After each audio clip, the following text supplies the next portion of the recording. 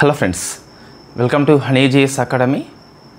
ఈ రోజు నుంచి మనం complete Indian history classes start చేస్తున్నాం. ఇంతకుముందు యూట్యూబ్ లోపల స్పెక్ట్రమ్ పుస్తకం ఆధారంగా మోడర్న్ ఇండియా హిస్టరీ చేయడం జరిగింది. సో మనం హిస్టరీ ఫ్యాకల్టీ కాకపోవచ్చు, కానీ ఆ సిలబస్లో ఉన్న ప్రతి అంశాన్ని, ప్రతి పదాన్ని అభ్యర్థులకి వివరంగా అర్థమయ్యేలా చెప్పడం జరిగింది. సో ఇప్పుడు మనం మధ్యయుగ చరిత్ర స్టార్ట్ చేస్తున్నాం. బైలింగ్వల్లో ఉంటుంది. హిస్టరీ వచ్చేసి మోస్ట్లీ నౌన్సే ఉంటాయి. ఇంకా మీకు అన్సెంట్ మీడివల్ అయితే కంప్లీట్గా నౌన్సే ఉంటాయి. ఏముంటుంది, ఒక రాజు పేరు ఉంటుంది, లేదా రాజుని పొగుడుతూ పుస్తకం పేరు ఉంటుంది, యుద్ధాల పేర్లు ఉంటాయి. సో కాబట్టి మీకు లేదా కొన్ని ఆర్కిటెక్చర్ లోపల కొన్ని భవనాలు అని చెప్పేసి నిర్మిస్తారు. వాళ్ళు స్కాలర్స్, కొంతమంది ఆస్థాన కవులు ఉంటారు, వాళ్ళు ఎటువంటి పుస్తకాలు రాసినారు అని చెప్పేసి. సో మీకు మోస్ట్లీ నౌన్సే ఉంటాయి కాబట్టి ఏ మీడియం అయినప్పటికీ ఇబ్బంది లేదు. హిస్టరీ విషయంలో ఆ ఇబ్బంది అసలు రానే రాదు. ఎందుకు, ఇక్కడ చాలా 90% నౌన్సే ఉంటాయి మీకు హిస్టరీ లోపల.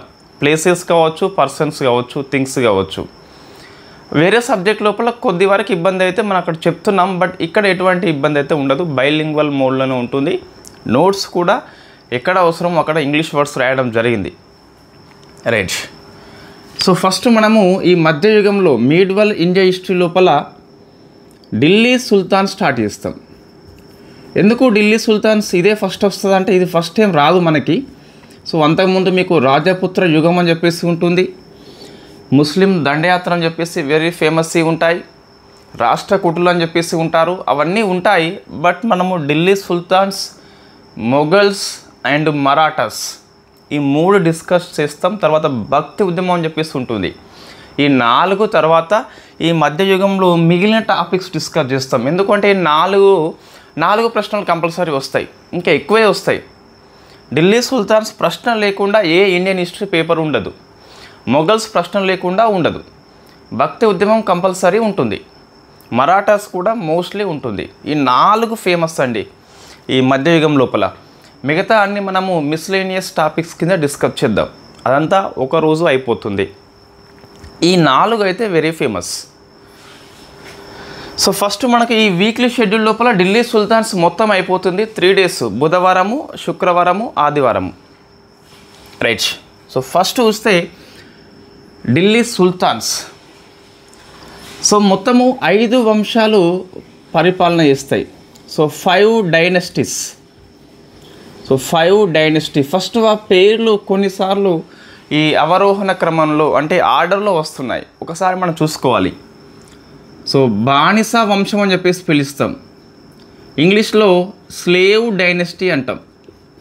సో స్లేవ్ మీకు పర్షియన్ భాషలో బానిస అంటే మామ్లుక్ అని చెప్పేసి ఉంటుంది, కాబట్టి దీన్నే మనము మామ్లుక్,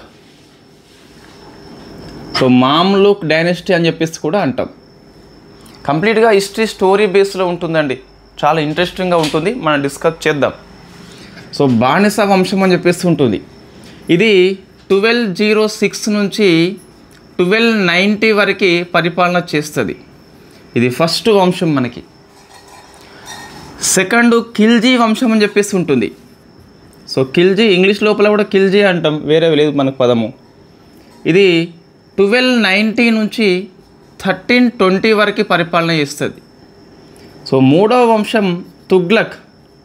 ఇందులో అయితే ప్రశ్న ఎక్కువసార్లు వస్తుంది, వై బికాస్ మహమ్మద్ బిన్ తుగ్లక్ ఉంటాడు, ఫిరోజ్ షా తుగ్లక్ ఉంటాడు, కాబట్టి ప్రశ్న కంపల్సరీ వస్తుంది. ఇది 1320 నుంచి 1414 వరకు పరిపాలిస్తుంది. సో ఢిల్లీ సల్తానేట్, ఢిల్లీ సామ్రాజ్యాన్ని వీళ్ళు సుల్తాన్స్, వీళ్ళు పరిపాలించే భూభాగం ఏదైతే ఉందో టెరిటోరియల్ ఏరియాని మనము సల్తానేట్గా పిలుస్తాం ఇంగ్లీష్ లోపల. సో తుగ్లక్ వంశము ఎక్కువ కాలం పరిపాలించింది. ఇట్లా ప్రశ్న వస్తే రావచ్చు మనకి. ఫోర్త్ది సయ్యద్ వంశము. ఇంగ్లీష్ లోపల కూడా సయ్యదే కాబట్టి ఇబ్బంది లేదు. 1414 నుంచి 1451 వరకు పరిపాలిస్తుంది. సో సయ్యద్ ఏంటంటే మీకు ఈ ఢిల్లీ సల్తానేట్ని తక్కువ కాలం పరిపాలించింది. ఫిఫ్త్ది లోడీ వంశము. ఇది 1451 నుంచి 1526 ఇన్ఫ్యాక్ట్ చివరి లోడి ఇబ్రహీం లోడి అని చెప్పేసి ఉంటాడు. ఈ పానిపట్ యుద్ధం లోపల బాబర్ ఓడిస్తాడు, ఢిల్లీ సల్తనెట్ అంతమవుతుంది. సో మనం డిస్కస్ చేద్దాం, పెద్ద స్టోరీ ఉంటుంది ఇబ్రహీం లోడి వర్సెస్ ఈ బాబర్ యుద్ధం లోపల. మోస్ట్లీ చాలా యుద్ధం లోపల కారణము రాణులు అయి ఉంటారు హిస్టరీ లోపల. ఇప్పుడు ఈ 5 వంశాలు మనం బాకీ తూసాలో అని చెప్పేసి గుర్తుపెట్టుకోవచ్చు. అయినా దీనికి కోడ్ ఎందుకండి? సో మనం మినిమం గ్రూప్ 2 ఆస్పిరెంట్ కాబట్టి ఈ 5 వంశాలు ఈజీగా మనం గుర్తుపెట్టుకోవచ్చు. బానిసా, ఖిల్జీ, తుగ్లక్, సయ్యద్ అండ్ లోడి. 2 పాయింట్స్ గుర్తుపెట్టుకోవాలి. ఒకటేమో ఈ ఢిల్లీ సల్తానేట్ వంశాన్ని ఎక్కువ కాలం ఏ వంశం పరిపాలించింది అంటే తుగ్లక్ వంశం పరిపాలించింది. తక్కువ కాలం ఏ వంశం పరిపాలించింది అంటే సయ్యద్ వంశం పరిపాలించింది. అన్ని బిట్సే మనకి ఇక్కడ ఉన్నటి. సో ఫస్ట్ మనము ఇది బుధవారం అండి, ఇవి 2 ఫ్రైడే, ఇవి 2 సండే. ఇంకేమన్నా ఢిల్లీ సుల్తాన్స్లో మిస్లీనియస్ అంశాలు ఉంటే కూడా సండే వస్తుంది. వై? బికాస్ సయ్యద్ లోడిలో మీకు ఎక్కువ పాయింట్స్ ఉండవు కాబట్టి. సో ఫస్ట్ చూద్దాం మనం ఈరోజు బానిసా వంశము. సో బానిసా వంశము ఇంగ్లీష్లో మీకు స్లేవ్ డైనెస్టీ అని చెప్పేసి పిలుస్తాం, లేదా మమ్లుక్ అని చెప్పేసి పిలుస్తాం. మమ్లుక్ మీన్స్ బానిస అని చెప్పేసి వస్తుంది. వీళ్ళు బానిసలే కానీ యుద్ధ వీరులు వాస్తవంగా. సో మీకు ఈ ముస్లిమ్స్ లోపల టర్కిష్ అని చెప్పేసి పిలుస్తాం, మీకు తెలుగులో తురుష్క అని చెప్పేసి వస్తుంది. సో టర్కిష్, నాన్ టర్కిష్ అని చెప్పేసి. టర్కిష్ అంటే వీళ్ళు ముస్లిమ్స్లో హయ్యర్, మన హిందువులో బ్రాహ్మణ్స్ ఇలాగో. సో ఇన్ఫ్యాక్ట్ ముస్లిమ్స్ లోపల టర్కిష్ ముస్లిం వచ్చేసి వెరీ ఫేమస్ ముస్లిమ్స్ వీళ్ళు. సో స్లేవ్ అయినప్పటికీ వీళ్ళు యుద్ధ వీరులై ఉంటారు కంపల్సరీ. సో ఈ బానిస వంశాన్ని 1206లో భారతదేశంలో కుతుబుద్దీన్ ఐబక్, సో ఇది నౌనే మీకు కుతుబుద్దీన్ ఐబక్ అని చెప్పేసి పిలుస్తారు. సో ఇంగ్లీష్లో ఐబక్ స్పెల్లింగ్ వచ్చేసి AIBAK ఉంటుంది. సో ఇది మీకు నౌనే. సో కుతుబుద్దీన్ ఐబక్ స్థాపిస్తాడు. సో ఇక్కడ మీకు ఇక్కడ కొంచెం లింక్ అవసరం అండి. ఈ టర్కిష్ దండయాత్ర తురుష్కుల్ అని చెప్పేసి పిలుస్తాం కదా, అందులో Ghazni and Ghori very famous దండయాత్ర ఉంటుంది. అందులో మహమ్మద్ గోరీ అని చెప్పేసి ఉంటాడు. So Mohammad gory. సో ఈ మహమ్మద్ గోరీ యొక్క బానిసనే ఈ ఐబక్. ఈ మహమ్మద్ గోరీ 1206లో మరణిస్తాడు. ఎలా మరణిస్తాడో మనకి కారణం ఇక్కడ వద్దు, మనం మహమ్మద్ గోరీ దండయాత్ర దగ్గర డిస్కస్ చేద్దాం. ఇప్పుడు ఈ ఢిల్లీ సుల్తాన్స్ ఒక వారము, మొఘల్స్ ఒక వారము, మరాఠా అండ్ భక్తి ఉద్యమం 2 కలిపి ఒక వారము. సో తర్వాత మీకు 4th వీక్లో ఈ మహమ్మద్ గోరీ గురించి వస్తుంది. అంటే మీకు మధ్యయుగం మొత్తం మీద 4 వారాల్లో అయిపోతుంది. రైట్. మీరు ప్యారలల్గా మోడర్న్ ఇండియా హిస్టరీ కూడా పూర్తి చేసుకోవచ్చు యూట్యూబ్ క్లాసెస్ ద్వారా. సో మహమ్మద్ గోరీ 1206లో మరణిస్తాడండి. తర్వాత మీకు ఈ గవర్నర్స్ ఉంటారు, ఈయన యొక్క బానిసలు. ఈయన ఒక ప్రాంతాన్ని ఆక్రమణ తర్వాత అక్కడ ఒక గవర్నర్ని నియామకం చేస్తాడు కదా, వాళ్ళు ఎక్కడికక్కడ ఇండిపెండెన్స్ ప్రకటించుకుంటారు. అంటే బానిసలు కాస్త సుల్తాన్గా మారిపోతారు. అందులో ఒక బానిస మన కుతుబుద్దీన్ ఐబక్. మన కాదు, కుతుబుద్దీన్ ఐబక్. ఇతను సో 1206లో ఢిల్లీ సామ్రాజ్యాన్ని ఒక రాజ్యంగా చేసుకొని తన యొక్క ఇండిపెండెన్స్ డిక్లేర్ చేసుకుంటాడు. సో ఈ బానిస కాస్త ఈ రోజు నుంచి సుల్తాన్ కా బన్ గయా అని చెప్పేసి ఒక స్లోగన్ చెప్తాడు. సో మీకు ఢిల్లీ వంశం, అందులో బానిస వంశం స్థాపకుడు ఎవరని చెప్పేసి చెప్తే ఐబక్ అని చెప్పేసి చెప్పాలి. ఈయన బానిస కాబట్టి బానిస వంశం వచ్చింది. ఈ బానిస వంశంలో ముఖ్యంగా 3 ఉంటారు వెరీ ఫేమస్. ఒకళ్ళు కుతుబుద్దీన్ ఐబక్ అంటాం, ఈయన అల్లుడు ఇల్టుట్, ఇంకొకరు బాల్బన్. ఈయననేమో ఎవరు, ఈ ఐబక్ ఏమో మహమ్మద్ గోరీ యొక్క బానిస. ఇల్టుట్ మిషేమో ఈ ఐబక్ యొక్క బానిస. ఆ బాల్బన్ ఏమో ఇల్టుట్ యొక్క బానిస. 3 ఫేమస్ బానిసలే కాబట్టి ఈ వంశానికి బానిస వంశం చెప్పేసి పేరు పెట్టినాం. మనం ఎప్పుడు పెట్టినాం పేరు? ఇది వాళ్ళు పెట్టుకోలే పేరు, వాళ్ళ గురించి రాసిన వాళ్ళు పెట్టిండ్రు. అంత చనిపోయినలు రాసేటప్పుడు వీళ్ళకు వంశం ఇవ్వాలి, మనము బానిస అని చెప్పేసి ఇవ్వడం జరిగింది. ముగ్గురు బానిసలే ఫేమస్. అచ్చా, ఇంకోటి వీళ్ళ మధ్యలో ఇంకా కొంతమంది రాజులు వస్తారు కదా, వాళ్ళు బానిసలు కాదు మళ్ళీ. ఫర్ ఎగ్జాంపుల్ ఈ ఐబక్ కొడుకు ఆరామ్ షా ఉంటాడు, ఆయన బానిస ఎట్లా అవుతాడు? ఈయన ఐబక్ సుల్తాన్ కదా, సుల్తాన్ కొడుకు సుల్తానే అవుతాడు. ఇది క్లియర్. లేకుంటే ఇల్టుట్మిష్ మీకు రుక్నిద్ర అని చెప్పేసి ఉంటాడు, ఆ రుక్నిద్రని వాస్తవంగా బానిస కాదు. సో కాబట్టి అందరూ బానిసలు కాదు, ముగ్గురు బానిసలు. ఆ ఫేమస్ వాళ్ళే కాబట్టి ఆయా వంశానికి మనం బానిస అని చెప్పేసి పెట్టినాం. ఇన్ఫ్యాక్ట్ ఈ కుతుబుద్దీన్ ఐబక్ యొక్క వంశం వేరు, వాస్తవంగా ఇల్టుట్మిష్ యొక్క వంశం వేరు. వాళ్ళు ఇల్బర్టి తెగ అంటాం, బాల్బన్ ఆల్సో ఇల్బర్టి తెగ. సో మొత్తం మీద చూస్తే బానిస వంశం యొక్క పేరు ఎలా వచ్చింది అంటే వీళ్ళు బానిసలు కాబట్టి ఆ విధంగా వచ్చింది. రైట్, ఇప్పుడు ఇతను సుల్తాన్ అయిపోయిండండి. సో సుల్తాన్ అయిపోయిండు. అయితే ఈ సుల్తాన్ని మనకి ముస్లిం లోపల ఒక రాజ్యంని పరిపాలించాలంటే ఖలీఫా యొక్క అనుమతి తీసుకోవాలి. దాన్నే మనము మసూర్ అని చెప్పేసి పిలుస్తాం. సో మసూర్ అంటే లెటర్ ఆఫ్ ది రికగ్నిషన్. అంటే ఈయన సుల్తాన్ అని చెప్పేసి ముస్లింల యొక్క రాజు, మత గురువు, ఖలీఫా గుర్తించాలి. ఇతన్ని గుర్తించలేదు కాబట్టి మనము సుల్తాన్గా అతను చేసుకున్నాడు, ఖలీఫా చేయలేదు. మసూరు మీన్స్ తెలుగులో ఒక గుర్తింపు పత్రం, ఈయన రాజు అని చెప్పేసి సైన్ చేస్తాం మనం. ఎవరు సైన్ చేస్తారు? ఖలీఫా సైన్ చేస్తాడు. దీన్ని మసూర్ పిలుస్తాం. ఈ మసూర్ని పొందిన తొలి ఢిల్లీ సుల్తాన్ ఇల్టుట్మిష్, నాట్ ఐబక్. ఇది క్లియర్ అండి. ఏమంటున్నా, బానిస వంశం స్థాపకుడు కుతుబుద్దీన్ ఐబక్ సుల్తాన్గా డిక్లేర్ చేసుకున్నాడు. కానీ సుల్తాన్ అనే దీన్ని అధికార హోదాని మసూర్గా వాళ్ళు ఖలీఫా గుర్తించలేదు అనే చెప్పాలి. Masoor means letter of the recognition, గుర్తింపు పత్రము. ఈయన రాజు అని చెప్పేసి ముస్లింల మత గురువు డిక్లేర్ చేయాలి. సో దీన్ని ఈ ఐబక్ పొందలేదు. ఇప్పుడు మసూర్ పొందింది మొత్తం ముగ్గురే ఉంటారండి. ఈయన ఇల్టుట్మిష్ ఒకడు, ఇద్దరు తుగ్లకులు ఒకరు. రైట్, తర్వాత సుల్తాన్ అయిపోయింది కదా, ఈయనకు ఒక రాజధాని అవసరం ఉంటుంది. సో రాజుకు రాజధాని కంపల్సరీ, రాణి కంపల్సరీ, రాణి మనకి ఇక్కడ అవసరం లేదు. సో లాహోర్ కేంద్రంగా పరిపాలించండు. సో మీకు ఈ డయాగ్రామ్ ఎప్పటికీ అవసరం ఉంటుందండి.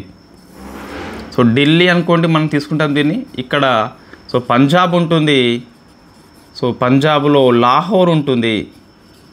ఇక్కడ మొత్తం నార్త్ వెస్ట్ ప్రాంతం ఉంటుంది. ఇక్కడ నుంచే మంగోల్స్ దాడి వస్తుంది. సో మీకు మంగోల్స్ అని చెప్పేసి, సో ఇందులో Genghis Khan very famous.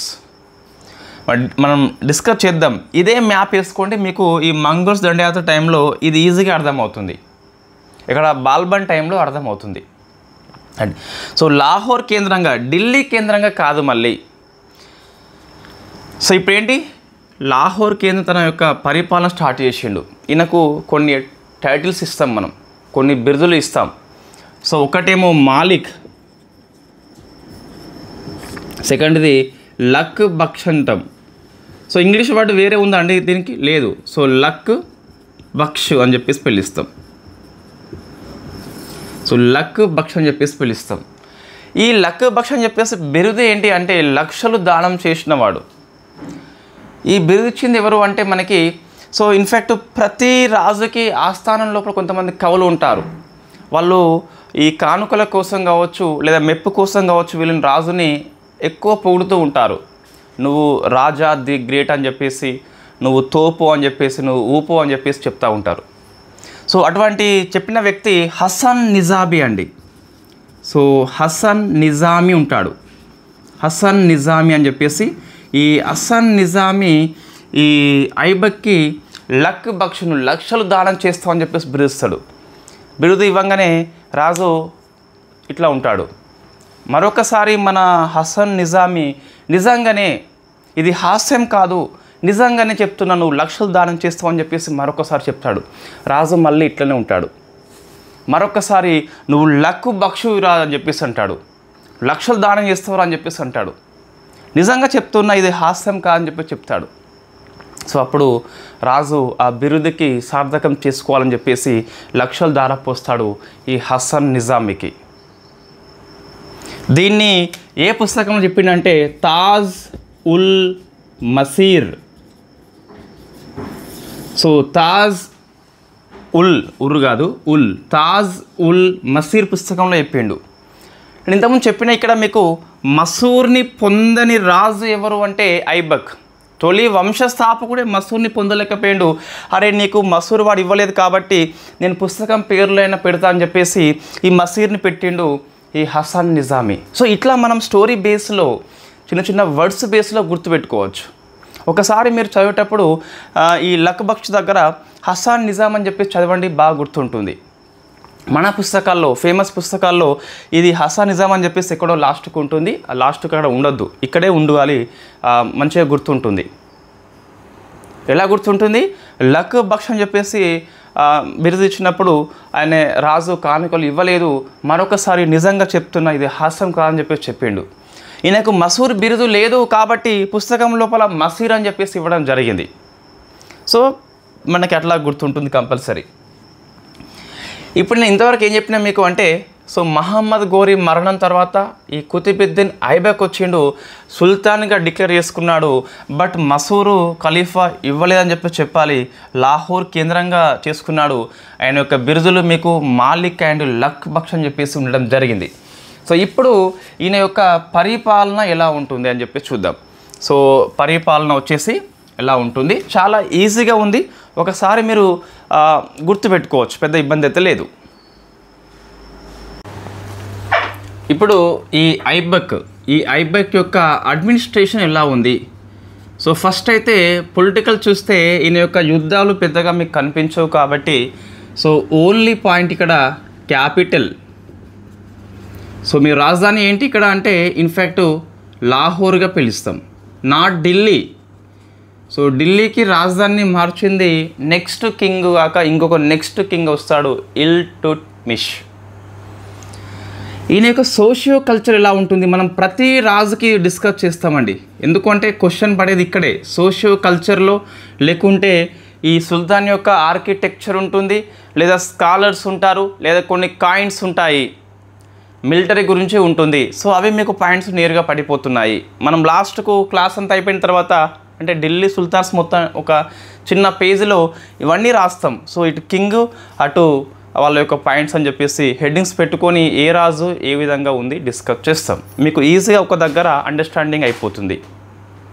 Right. Socio culture చూస్తే ఇందులో మీకు మతం గురించి వస్తుంది, సమాజం గురించి వస్తుంది, ఇన్ఫ్యాక్ట్ సంస్కృతి గురించి కూడా వస్తుంది. ఈయన ముఖ్యంగా ఈ ముస్లిమ్స్లో రెండు ఉంటారు, సున్నీ ఉంటుంది, షియా ఉంటుంది కదా.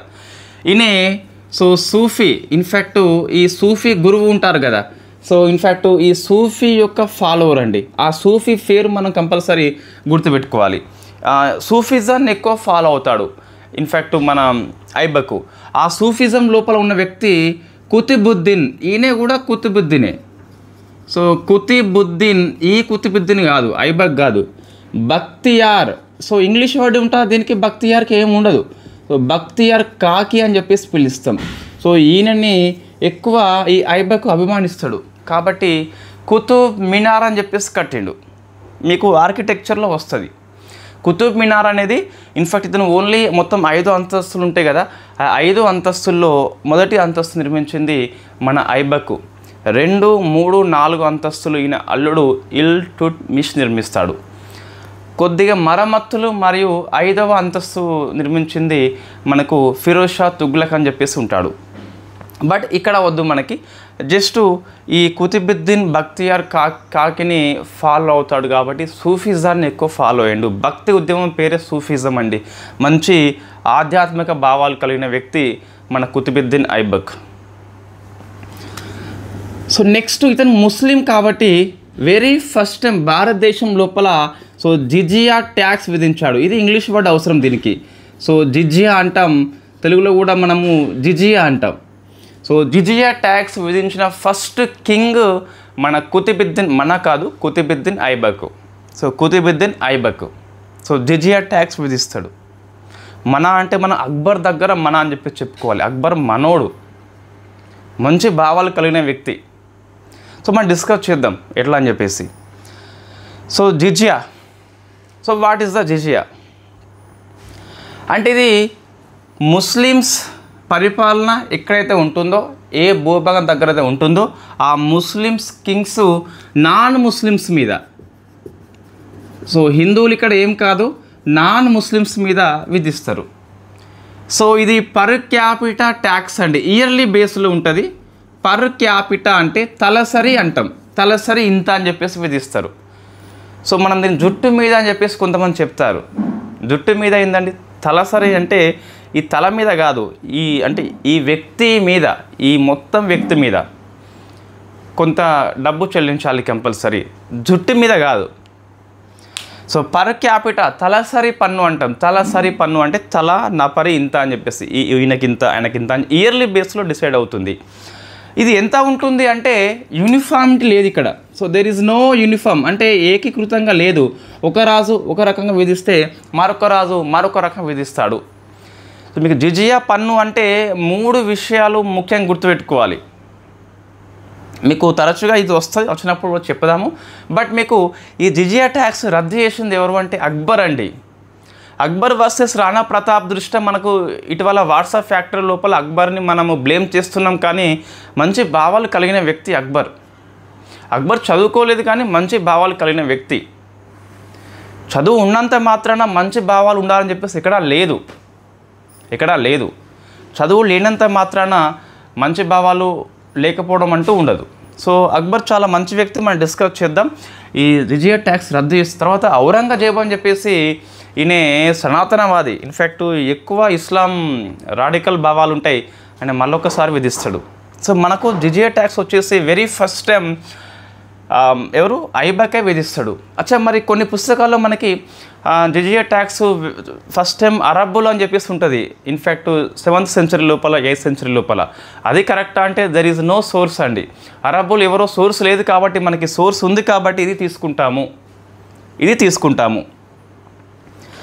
సో ఇది మీకు మతం గురించి కొద్ది వరకు నాన్ ముస్లిమ్స్ మీద డిస్క్రిమినేషన్ కలిగి ఉన్న వ్యక్తిగా మనము చెప్పొచ్చు. వై? బికాస్ ఇది ముస్లిం డైనస్టీ, బానిస వంశం కాబట్టి, ముస్లిం రాజ్యం కాబట్టి అక్కడ మెజారిటీ హిందువులే ఉంటారు జనరల్గా.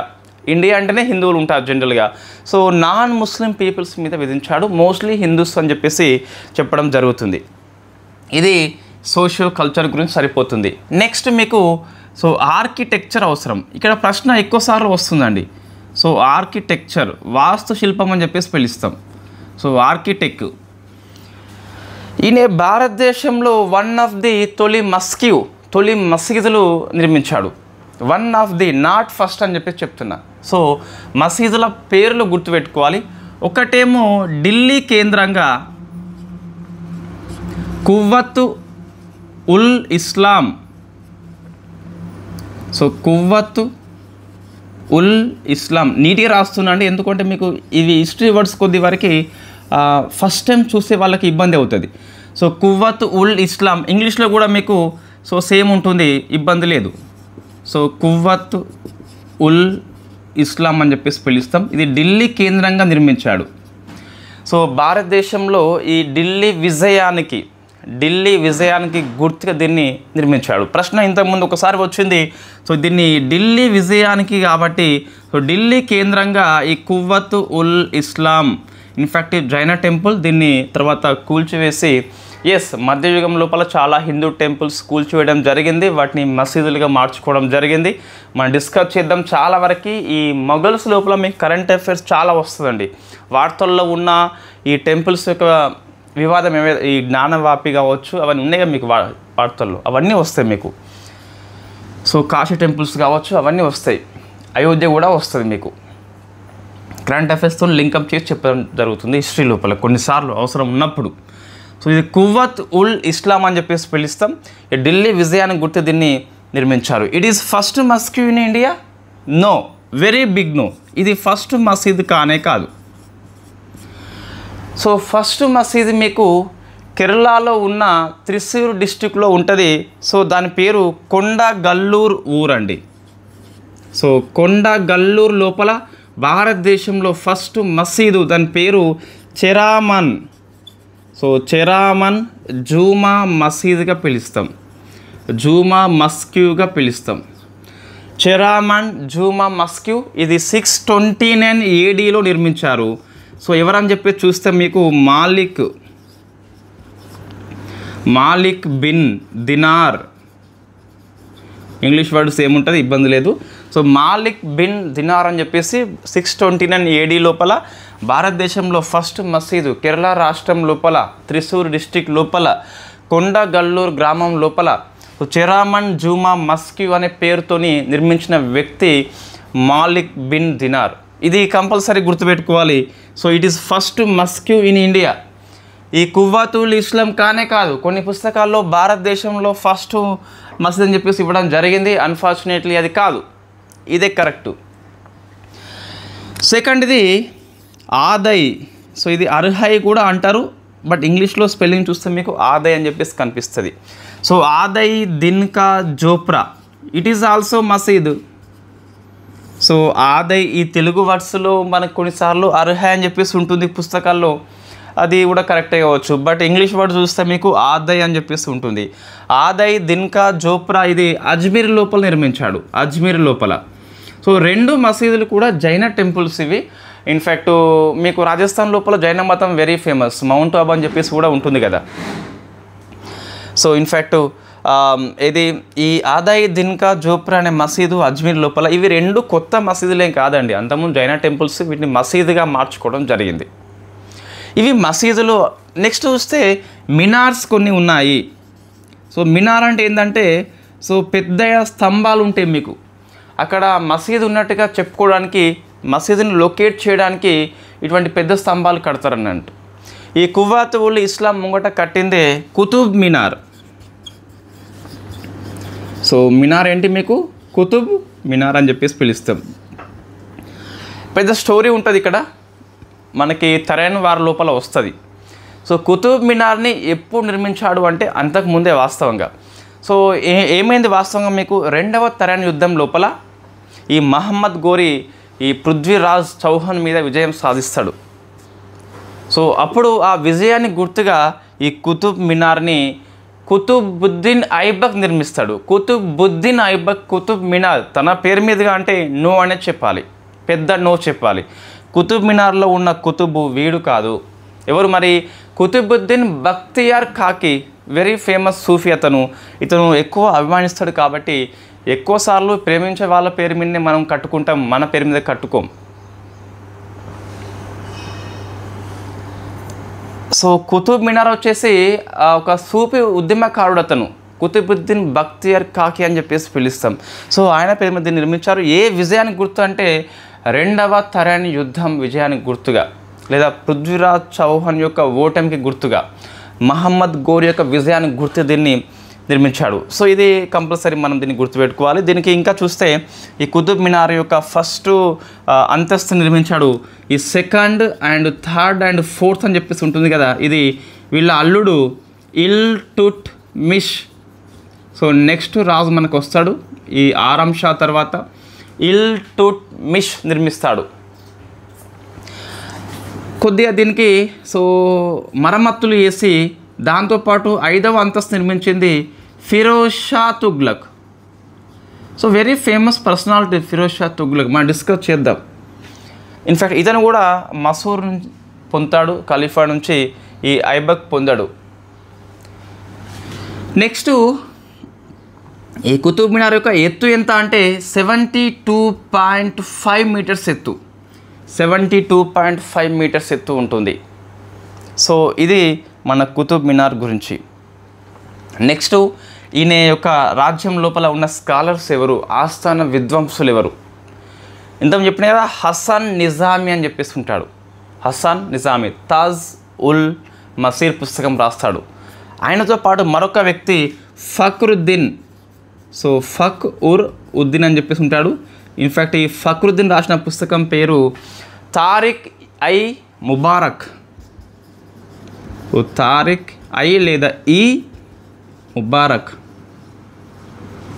సో ఈయన అంత ఫేమస్ పర్సనాలిటీ కాదు, but Hasan Nizami famous person. Why? Because Lakh Bakhsh అని చెప్పేసి బిరుదిచ్చిన వ్యక్తి కాబట్టి అది గుర్తుపెట్టుకోవాలి. సో తారిక్ ఈ ముబాకర్ అని చెప్పేసి రాసిన పుస్తకం పేరు.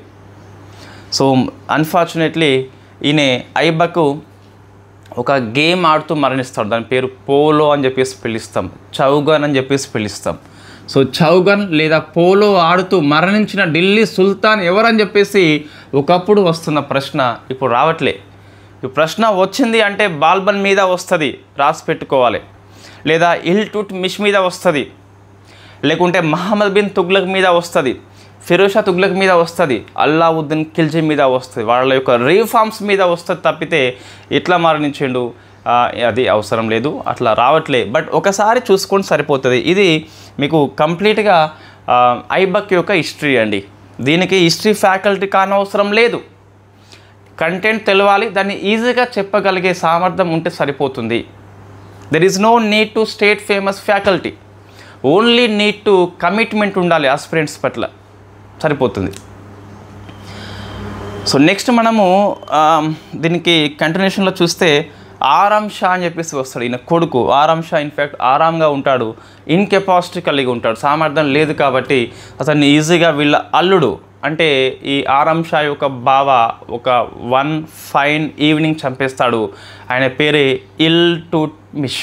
సో నెక్స్ట్ కింగ్ మనకి వెరీ ఫేమస్ కింగు, ఖలీఫా నుంచి ఫస్ట్ మసూర్ పొందిన కింగు ఇల్టుట్మిష్. మనం దీన్ని హైలైట్ చేస్తున్నాం మసూర్ అని చెప్పేసి, ఎందుకంటే అది అవసరం కాబట్టి. విషయంలో దేనికి ఎక్కువ ఇంపార్టెన్స్ ఇవ్వాలి మనకు ఐడియా ఉండాలి. ఎట్లా తెలుస్తుంది అంటే పీవైక్యూ చూస్తే తెలుస్తుంది. ఇప్పుడు ఏంటి, ఆరామ్ షా అన్ఫార్చునేట్లీ ఇన్కెపాసిటీ సామర్థ్యం లేనివాడు కాబట్టి బామర్దిని ఇన్ఫ్యాక్ట్ ఈ బావ చంపేస్తాడు. ఆయన పేరే ఇల్టుట్మిష్.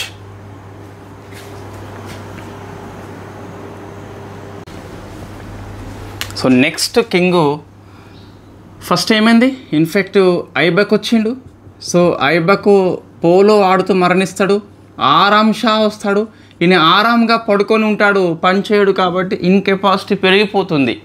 సో మన మొద్దు బారిపోతుంది ఎక్కువసేపు పడుకుంటే. అన్ఫార్చునేట్లీ ఎక్కువసేపు పడుకోకపోయినా కూడా మైండ్ యొక్క సామర్థ్యం కోల్పోతుంది. Compulsory 6 hours is enough. 8 hours మంచిదే, బట్ మనకున్న పనులకి 8 hours మనం పడుకోం కాబట్టి 6 hours అని చెప్పేసి మైండ్కి ఫిక్స్ చేయండి, సరిపోతుంది మనకైతే. Aspirant 6 hours is enough. So ఆరామ్ షా ఆరాంగా ఉన్నాడు కాబట్టి, సో ఇతని కెపాసిటీ లేదు కాబట్టి ఇన్కెపాసిటీ వల్ల వీళ్ళ యొక్క భావ ఇల్టుట్మిష్ చంపేస్తాడు, చంపేసి కింగ్ అయిపోతాడు. సో మీకు కంపల్సరీ చూస్తే ఇల్టుట్మిష్ మీకు ఈ మోడర్న్ ఇండియా హిస్టరీ వరకు ఎవరు ఏం చేసినా రాజ్యం కోసమే అండి.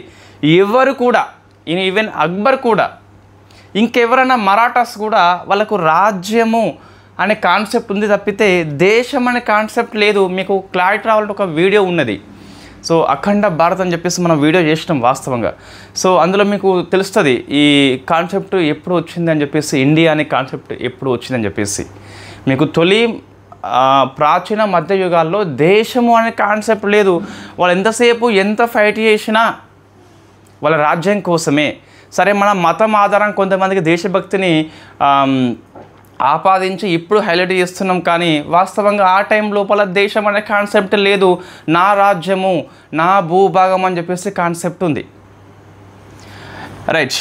సో ఇల్టుట్మిష్ అని చెప్పేసి మీకు ఇంకొంచెము ఇక్కడ యూట్యూబ్ లోపల మన క్లాస్ ఉన్నది, 2 నేషన్ థియరీ అని చెప్పేసి ఇండియా పాకిస్తాన్ కాన్సెప్ట్ ఎలా వచ్చింది అక్కడ మీకు కొద్ది వరకు అర్థమవుతుంది. తొలి యుగము, ప్రాచీన యుగము, మధ్యయుగాల్లో దేశం కోసం అంటూ ఫైట్ జరగలేదు, రాజ్యం కోసం జరిగింది. మధ్యయుగం అంటే ఇస్లాం యుగము, ప్రాచీనం అంటే హిందూ యుగం అనే కాన్సెప్ట్ కానే కాదు. రైట్. ఫస్ట్ చూస్తే మనకైతే ఇక్కడ మళ్ళీ కాన్సెప్ట్ వేరే పోతుంది. ఇల్టుట్మిష్ అని చెప్పేసి పిలుస్తాం. ఈయన వాస్తవంగా ఈ ఐబక్ యొక్క బానిస. వీడు బానిసనా కాదు, ఈయన రాజు, కింగు, సుల్తాన్, నువ్వు రాజు బిడ్డవు అని చెప్పేసి చెప్తాం. బట్ ఈ ఇల్టుట్మిష్ ఒక బానిస, ఐబక్ యొక్క బానిస. ఈ బానిసని బదౌనికి గవర్నర్గా చేస్తాడు. సో బదౌని గవర్నర్గా చేసి ఈయన యొక్క కెపాసిటీ చూసి, సరే రేపు పొద్దున ఈ ఆరాంకి హెల్ప్ ఉంటాడని చెప్పేసి ఈ ఇల్టుట్మిష్ని అల్లుడిగా చేసుకుంటాడు. సో కుమార్తెనిచ్చి పెళ్లి చేస్తాడు. కుమార్తె పేరేంటి అవసరం లేదు మనకి ఇక్కడ. సో ఇల్టుట్మిష్ ఒక బానిస కాబట్టి ఇది ఒక slave dynasty, it is Mamluk అని చెప్పేసి పిలుస్తాం. సో ఇతను రాగానే ఏమైంది అంటే, సో ఇన్ఫ్యాక్ట్ మీకు ఇప్పుడు ఒక బలహీన రాజు తర్వాత వచ్చిండు కాబట్టి ఈ బలహీన రాజు ఉన్న సమయం లోపల తిరుగుబాట్లు సహజమండి. సో తిరుగుబాట్లు రివోల్ట్ సహజము. వై? బికాస్ ఇన్కెపాసిటీ కింగ్ ఉన్నప్పుడు వాళ్ళ సమకాలికులైన వాళ్ళు ఉంటారు, పక్క వాళ్ళు ఎప్పుడైనా రాజ్య ఆక్రమణ కోసం చూస్తారు, చాలా ఈజీ అవుతుంది క్యాప్చర్ చేయడము. సో అందుకే మీకు ఇల్టుట్మిష్ యొక్క ఫస్ట్ ఛాలెంజ్ ఏంటి అంటే తిరుగుబాట్లు అణచివేయాలి. సో దానికోసము ఈయన ఏం చేస్తాడని చెప్పేసి చూస్తే, ఎప్పుడు ఇదే మ్యాప్ అండి, నా లాహోర్ ఇదే, ఇన్ఫ్యాక్ట్ ఇది పంజాబు, నా ఢిల్లీ ఇదే, నా మంగోల్స్ నార్త్ వెస్ట్ ప్రాంతం ఇదే మ్యాప్ మనకు అవసరం ఉంటుంది. వై? బికాస్ మనకు బాల్బన్ దగ్గర ఈ మ్యాప్ అవసరం ఉంటుంది కాబట్టి ఇట్ ఈస్ మ్యాప్, ఇది నమ్మండి. రైట్. ఇప్పుడు లాహోర్లో ఉంటే ఇన్ఫ్యాక్ట్ ఇక్కడ ఉన్న సింహాసనాన్ని మనం కాపాడుకోలేం. సో ఇక్కడ మీకు స్ట్రాటజిక్ మిస్టేక్స్ ఉన్నాయి, ఎవరిది? ఐబెక్ది. సో కాబట్టి తన రాజధానిని లాహోర్ నుంచి ఢిల్లీకి మారుస్తాడు. ఎవరు? ఇల్టుట్మిష్. సో ఇక్కడ ఇంగ్లీష్ వర్డ్స్ ఏం కనిపిస్తలేవు బోర్డు మీద, ఇవన్నీ ఇన్ఫ్యాక్ట్ రాద్దాం ఒకటి ఏమవుతుంది. సో రివోల్ట్ అని చెప్పేసి పిలుస్తాం. చెప్పేది ఎందుకు వ్యంగ్యంగా చెప్తుందంటే, హిస్టరీ అంటే నౌన్స్ అండి, మీడియం ప్రాబ్లం లేదు ఇక్కడ. రైట్. సో ఇల్టుట్మిష్ అని చెప్పేసి సో తను సుల్తాన్గా చేసుకొని రాజధానిని మార్చిండు. తిరుగుబాట్లు అణచివేయాలంటే ఫస్ట్ సింహాసనం దగ్గరనే ఉండాలి, నేను ఇక్కడ ఉంటే వీడికి వచ్చేలోపు ఎవరైనా వీడికి వస్తే ఎట్లా అని చెప్పేసి రాజధానిని మార్చిండు. సో మీకు స్టోరీ బేస్లో ఉంటుంది కాబట్టి ఈజీగా గుర్తుపెట్టుకుంటారు. సో ప్రశ్న పడిపోతుంది. ఎక్సలెంట్ క్వశ్చన్ అండి. ఏంటి అంటే, సో ఢిల్లీ కేంద్రంగా చేసుకొని ఢిల్లీ కేంద్రంగా చేసుకొని ఢిల్లీ సల్తానేట్ని పరిపాలించిన ఫస్ట్ ఢిల్లీ సుల్తాన్ ఎవరని చెప్పేసి అంటే ఆన్సర్ ఐబక్ కాదు మళ్ళీ. వై? బికాస్ ఐబక్ వచ్చేసి తన క్యాపిటల్ సిటీగా లాహోర్ని ఎంచుకున్నాడు, ఇల్టుట్మిష్ వచ్చేసి ఢిల్లీని ఎంచుకోవడం జరిగింది. కాబట్టి సో ఢిల్లీని కేంద్రంగా చేసుకొని సో ఫస్ట్ పరిపాలించింది Iltutmish, not Aibak. It is clear, don't confuse. ప్రశ్న వస్తే ఢిల్లీని కేంద్రంగా చేసుకొని పరిపాలించిన ఫస్ట్ ఢిల్లీ సుల్తాన్ ఎవరు? ఫస్ట్ ఢిల్లీ సుల్తాన్స్ అనగానే మీకు ఐబక్ వెళ్ళిపోతుంది. ఐబక్ కాదని చెప్పేసి there is big no, answer is Iltutmish. So ఇప్పుడు ఏం చేయాలి? తిరుగుబాట్లు అణచివేయాలి. ఆ తిరుగుబాటు లోపల ఫేమస్ తిరుగుబాటు తరైన్ యుద్ధం అని చెప్పేసి ఉంటుంది. సో తరైన్ యుద్ధము మీకు 2 యుద్ధాలు ఉంటాయి కదా, ఇది 3వ యుద్ధంగా మనం చెప్పుకోవచ్చండి. ఈ తరైన్ యుద్ధం లోపల ఇతను యాల్డజ్ని ఓడిస్తాడు. సో యాల్డజ్ ఇది స్పెల్లింగ్ అండి, దీన్ని యాల్దూజ్ అనొచ్చు, యాల్దజ్ అనొచ్చు. సో యాల్డజ్ని ఓడిస్తాడు. ఈ ప్రశ్న ఇంతకుముందు ఎగ్జామ్లో వచ్చిందండి. సో చూడండి ప్రశ్న ఎంత డెప్త్గా వస్తుంది. సో యాల్దజ్ని ఓడించినటువంటి యుద్ధం ఏంటి మీకు? సో ఈ క్రింది వాటిలో తరైన్ యుద్ధానికి సరికానిది ఏంటని చెప్పేసి కూడా ఇవ్వచ్చు. అప్పుడు యాల్దజ్ ఓటమని చెప్పేసి ఉన్నట్లయితే మనం ఎంతసేపు ఆ పృథ్వీరాజ్ చౌహాన్ని గుర్తుపెట్టుకుంటాము, ఇతన్ని మర్చిపోతాము, ఇది లేదు ఇది ఉందని చెప్పేసి దీన్ని సరికాదుగా పెడతాం. But it is correct option. ఓకేనా? సో తరైన్ వార్ లోపల ఓడించాడు. ఈ రాజ్యం యొక్క రాజధానిగా మనకు మార్చాడు. సో నెక్స్ట్ ఇక్కడ నార్త్ వెస్ట్ ప్రాంతం లోపల మంగోల్స్ అని చెప్పేసి ఉంటారు, వెరీ డేంజరస్ పర్సన్. అందులో ఒక వ్యక్తి చెంగీజ్ ఖాన్ అండి. సో చెంగీజ్ ఖాన్ అని చెప్పేసి వెరీ ఫేమస్ పర్సనాలిటీ ఆ టైం లోపల. ఈయన ఒక ప్రాంతంలో అడుగు పెడితే ఆ ప్రాంతం మొత్తం ఆక్రమణ చేయాల్సిందే. నేను దేవుడు పంపిన విపత్తు అని చెప్పేసి అనేవాడు. వరద వస్తుంది, విపత్తు ముంచేస్తుంది, కరువు వస్తుంది, విపత్తు ముంచేస్తుంది, సునామీ వస్తుంది, ముంచేస్తుంది. అదేవిధంగా నేను కూడా ఒక విపత్తు లాంటి వాడిని అని చెప్పేసి చెప్తాడు ఇతను చెంగీజ్ ఖాన్.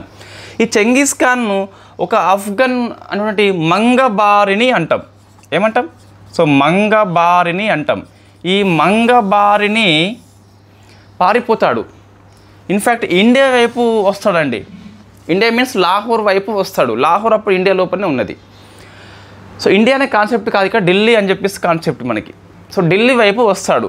ఐఆమ్ కమింగ్ అని చెప్పేసి అంటే వెంటనే మన ఇల్టుట్మిష్ మంచి రాజనీతి ఉన్న వ్యక్తి, డిప్లొమాటిక్ స్కిల్స్ ఎక్కువ ఉన్నాయి, దౌత్య నీతి అని చెప్పేసి పిలుస్తాం. అంటే విదేశీ అంశాలని ఎలా డీల్ చేస్తున్నామో ఈ ప్రజెంట్ మన ప్రియతమ ప్రధానమంత్రి మోడీ గారికి డిప్లొమాటిక్ స్కిల్స్ అయితే హై లెవెల్లో ఉంటాయి. ఒకవేళ డిప్లొమాటిక్ స్కిల్స్ కనుక కొలిచే సాధనం ఉంటే మన పిఎం మోడీది చాలా ఎక్కువ ఉంటుంది. సో అటువంటి లక్షణాలు కలిగిన వ్యక్తి ఇల్టుట్మిష్. నేను చెప్పేసి స్కిల్స్ లోపల చెప్తున్నా. సో అతను మంగబారిని నువ్వు రావద్దని చెప్పేసి ఈయన యొక్క రాకని అడ్డుకుంటాడు. వై? బికాస్ మంగబారిని వస్తే వీనితో పాటు చెంగిస్ ఖాన్ వస్తాడు. చెంగిస్ ఖాన్ వస్తే ఇంత పెద్ద రాజ్యాన్ని చూసి ఆక్రమణ చేసే అవకాశం ఉంటుందని చెప్పేసి ఇన్ఫ్యాక్ట్ మంగబారిని అడ్డుకోవడం జరిగింది. ఒక డిప్లొమాటిక్ స్కిల్స్కి బెస్ట్ ఎగ్జాంపుల్.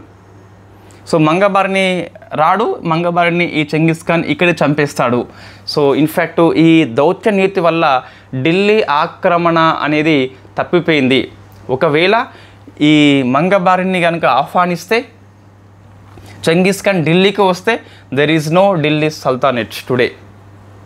సో ఆ విధంగా దౌత్య నీతి కారణంగా లేదా తరైన యుద్ధం కారణంగా రెబల్స్ మొత్తం కంప్లీట్గా ఎక్కడికక్కడ వీళ్ళు అణిచివేయడం జరిగింది. ఇంతటి గొప్ప విజయాలు చూసి అప్పటి ఖలీఫా అంటాం. సో ఖలీఫా అంటే ఎవరు? ముస్లింల యొక్క మత గురువు అండి. ఆయన పేరు ఆల్ మస్తాన్ బిల్హా. ఇంటర్మీడియట్ పుస్తకంలో ఉన్నదండి. కొంచెము ఈ స్కూల్ పుస్తకాల్లో ఇంటర్లో ఉన్న బిట్స్ మనం చదువుకోవాలండి, ఎందుకంటే ప్రశ్న వస్తుంది కాబట్టి. So all Mustan Bilhah English word కూడా అదే. సో ఆల్ ముస్తాన్ బిల్హా ఈ ఖలీఫా అని చెప్పేసి పిలుస్తాం కదా. ఈ ఇల్టుట్మిష్కి మసూర్ని ఇవ్వడం జరిగింది. So masoor means recognition of the letter, అంటే ఒక అధికార గుర్తింపు. ఆ రాజ్యానికి రాజుగా ఈ ఖలీఫా గుర్తిస్తాడు. ఒక ముస్లిం రాజ్య స్థాపన జరిగింది కాబట్టి మరి ఐబక్ ఎందుకు ఇవ్వలేదు అంటే ఐబక్ మీకు మోస్ట్లీ రాజ్య స్థాపన చేసిండు ఆ గోరీ మరణం వల్ల. గోరీ మరణించకుంటే చేయకపోనుండే. సో ఆయనకు ఎక్కువ స్కిల్స్ లేవని చెప్పేసి ఇవ్వలేదు. ఈయన మాత్రం తిరుగుబాట్లు అణచివేసిండు. దౌత్య నీతి కారణంగా ఏమైంది అంటే సో ఖలీఫా యొక్క మెప్పు పొంది మసూర్ని పొందిన ఫస్ట్ ఢిల్లీ సుల్తాన్స్ అని చెప్పేసి పిలుస్తాం ఇల్టుట్మిష్ని. సో మసూర్తో పాటు ఇదేంది? మసూర్ అంటే ఒక ఇది బిరుదు కాదండి, అధికార గుర్తింపు. నువ్వే రాజు అని చెప్పేసి, రాజ్యానికి రాజు అని చెప్పేసి ఇన్ఫ్యాక్ట్ ఈ ఖలీఫా గుర్తింపు ఇచ్చే పత్రం పేరు మసూర్ అండి. అయితే ఒక బిరుదు ఇస్తాడండి, ఆ బిరుదు పేరు మనం గుర్తుపెట్టుకోవాలి. ఇంత ప్రశ్న వచ్చింది. సో నాజర్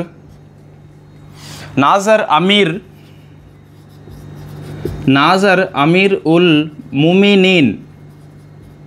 సో ముమినిన్ దీని అర్థం మొత్తం మీద చూస్తే right hand man of the Khalifa అని చెప్పేసి ఇచ్చిండు.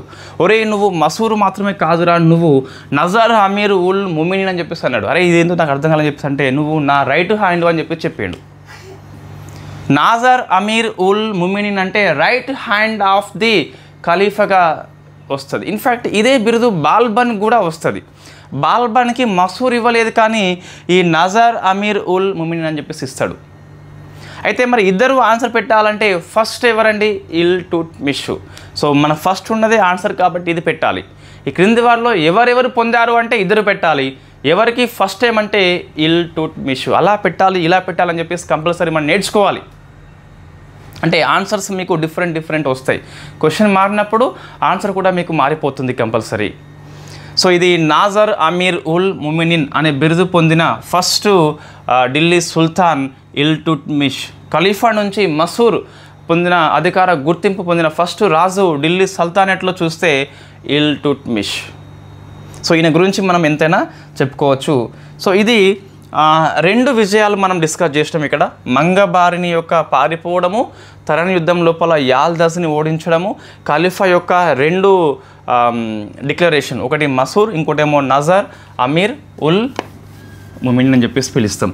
నెక్స్ట్ ఈయనే సో మిలిటరీ వచ్చేసి ఎలా ఉన్నది, కొన్ని రీఫార్మ్స్ అవసరము. ఎందుకంటే అక్కడ ఆరం షా ఇన్కెపాసిటీ వల్ల రాజ్యం మొత్తం చిన్న భిన్నమైంది కాబట్టి మంచి రీఫార్మ్స్ తీసుకురావాలి, రాజ్యాన్ని బలంగా చేయాలని చెప్పేసి ఈయన తలచి ఒక 40 మంది స్లేవ్స్తోని, స్లేవ్ అంటే వీళ్ళు బానిసలే కానీ గట్టి బానిసలు వీళ్ళు.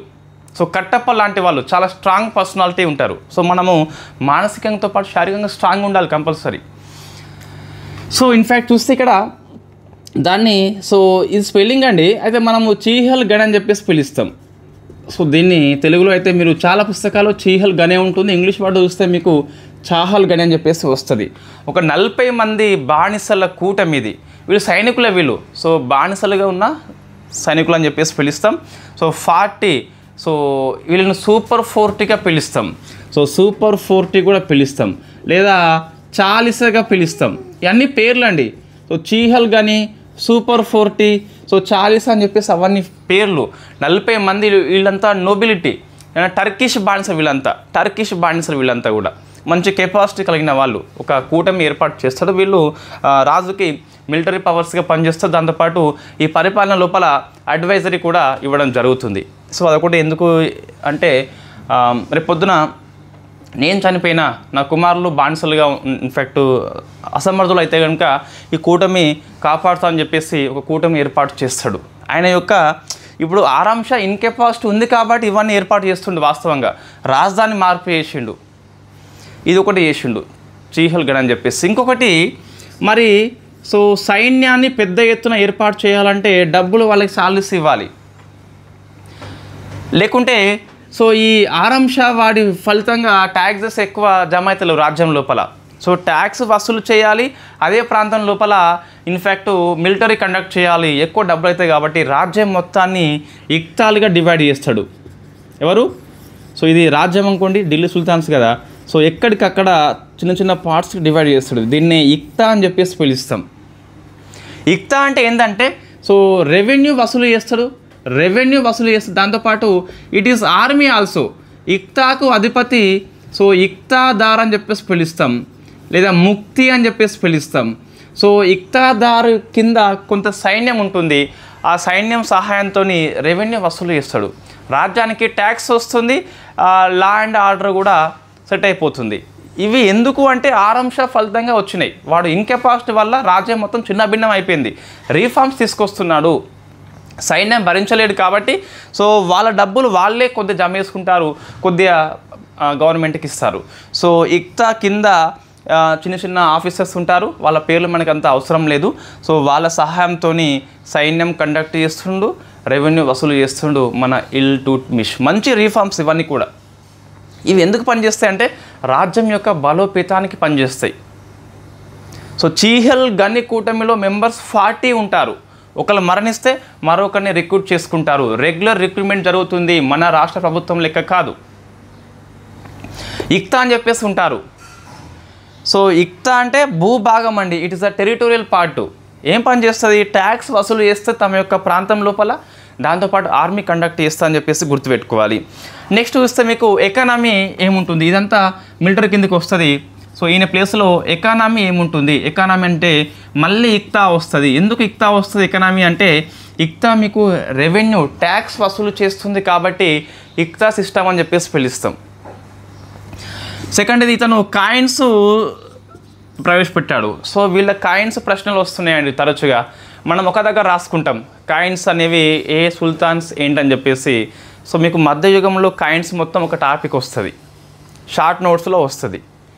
ఓన్లీ కోర్స్ అంటే ఫుల్ కోర్స్లో వీడియో క్లాసెస్ ఉంటాయి, నోట్స్ క్లారిటీ ఉంటుంది, ఎగ్జామ్స్ హై స్టాండర్డ్స్ ఉంటాయి, not made by ChatGPT. ఇది చాలా సులువు అండి.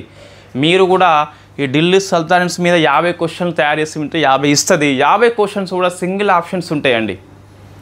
అట్లా క్వశ్చన్స్ వస్తున్నాయా మనం ఈజీగా ఐడెంటిఫై చేయవచ్చు ఆ పేపర్ తయారు చేసిన చాట్ జీపీటీ అని చెప్పేసి. ఎట్లా అంటే ఈజీ క్వశ్చన్స్ ఇస్తుంది చాట్ జీపీటీ. సో ఇక్కడ చూస్తే మనకి 1 క్వశ్చన్కి సుమారుగా 4 to 5 minutes టైం పడుతుందండి, ఈజీగా పడుతుంది. దాన్ని ఎంత మంచిగా ఫ్రేమ్ చేయాలో అంతమంది ఫ్రేమ్ చేయాలంటే 5 minutes టైం పడుతుంది. 30 క్వశ్చన్లకి 2.5 hours కంటే ఎక్కువ పడుతుందండి. సండే మనం 5 సబ్జెక్టు కండక్ట్ చేస్తున్నాం, చాలా ఎఫర్ట్స్ పెడుతున్నాం, బట్ మనం చెప్పుకోవట్లే అంతే. ఈ ఫస్ట్ టైం మనం చెప్పుకోవడం అనుకోండి. సో కాయిన్స్ చూస్తే క్వశ్చన్స్ నెంబర్స్ మీద ఫోకస్ చేయొద్దు. 50 క్వశ్చన్లు ఇవ్వచ్చు అండి, చాలా ఈజీ క్వశ్చన్స్ కాపీ పేస్ట్ చేసి చాట్ జీపీటీతో ఇప్పించవచ్చు. 50 క్వశ్చన్స్ మీకు నెంబరే ముఖ్యం అనుకుంటే అట్లా ఇవ్వచ్చు. బట్ 20 క్వశ్చన్స్ స్టాండర్డ్ తయారు చేయాలంటే 2.5 hours టైం పడుతుంది. 30 క్వశ్చన్స్ చేయాలంటే 30 స్టాండర్డ్ క్వశ్చన్స్ ప్రాక్టీస్ చేస్తే వచ్చే ఫలితం ఎక్సలెంట్ ఉంటుంది. 50 ఈజీ క్వశ్చన్స్కి ఏముంటుందండి? ఏముండదు. సో కాయిన్స్ మీకు ఇక్కడ సిల్వర్ కాయిన్ ఉంటుంది, దాని పేరు టంకా, సో వెండి అని చెప్పేసి పిలుస్తాం. ఇంకోటి కాపర్ ఉంటుంది, దీని పేరు జిటాల్. సో జిటాల్ అని చెప్పేసి ఈ నాణాల పేర్లు గుర్తుపెట్టుకోవాలి కంపల్సరీ. మనకి బాల్బన్ దిర్హామ్ అని చెప్పేసి ఒక వెండి నాణం తీసుకొస్తాడు. ఇవి కాయిన్స్ అండి. దీంతో పాటు ఇంకా ఈ ఢిల్లీ లోపల పెద్ద జలాశయం కట్టిస్తాడు. పెద్ద జలాశయం అది. సో దీన్ని రాజుగారి జలాశయంగా పిలుస్తాం. దీన్ని ఉర్దూ భాషలో ఏమంటామంటే హౌజ్ ఈ సుల్తానీ అంటాం. సో హౌజీ అంటే ఇది బావి అని చెప్పేసి వస్తుంది. హౌజీ ఈ అంటే యొక్క సుల్తానీ అని చెప్పేసి పిలుస్తాం. 7th క్లాస్ పుస్తకంలో ఉంది. మీరు ఒకసారి చెక్ చేయండి కావాలంటే. 7th క్లాస్ పుస్తకం తెలుగు మీడియం పుస్తకం లోపలనే ఉంది, మన స్కూల్ పుస్తకాల్లో ఉన్నది. సో రాజుగారి జలాశయంగా పిలుస్తాం. హౌజీ ఈ సుల్తానీ అంటాం. ఇది పుస్తకాల్లో, మన ఫేమస్ పుస్తకాలు, డిగ్రీ పుస్తకాల్లో కూడా లేదు. సో హౌజీ ఈ సుల్తానీ అంటే రాజుగారి జలాశయము, రాజుగారి గది కాదు, రాజుగారి జలాశయం అని చెప్పేసి పిలుస్తాం. ఇది మన ఇల్టుట్మిష్ గురించి. ఇది కూడా ఎకనామిక్ కిందకి వస్తే జలాశయం మంచిగా ఉంటేనే పంటలు పండితే డబ్బులు వస్తాయి కాబట్టి. నెక్స్ట్ ఆర్కిటెక్చర్ ఎలా ఉంది మన ఇల్టుట్మిష్ అంటే ఇందాక చెప్పినా మనం ఆల్రెడీ. సో కుతుబ్ మినార్కి 2వ, 3వ, 4వ అంతస్తు ఈయన నిర్మించాడు.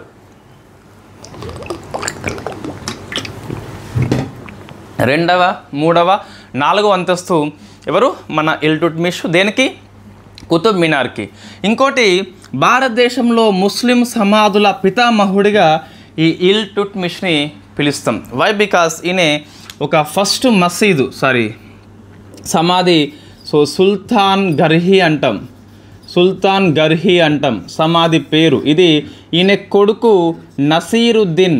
ఈయన గుర్తుపెట్టుకోవాలి, ప్రశ్న వచ్చింది.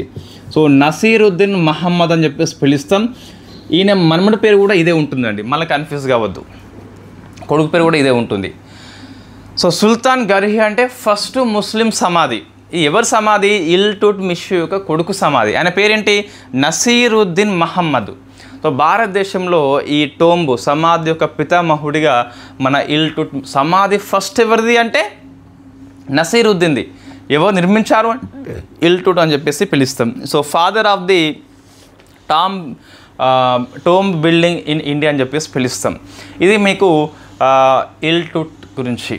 తర్వాత ఏమైందంటే మీకు సో ఫేమస్ స్టోరీ చెప్దాము. సో రజియా సుల్తానా వస్తుంది అండ్ బాల్బానా వస్తారు. బాల్బాన్ అని చెప్పేసి పిలుస్తాము. రెండు చెప్పేస్తే మనకి బానిస వంశం అయిపోతుంది.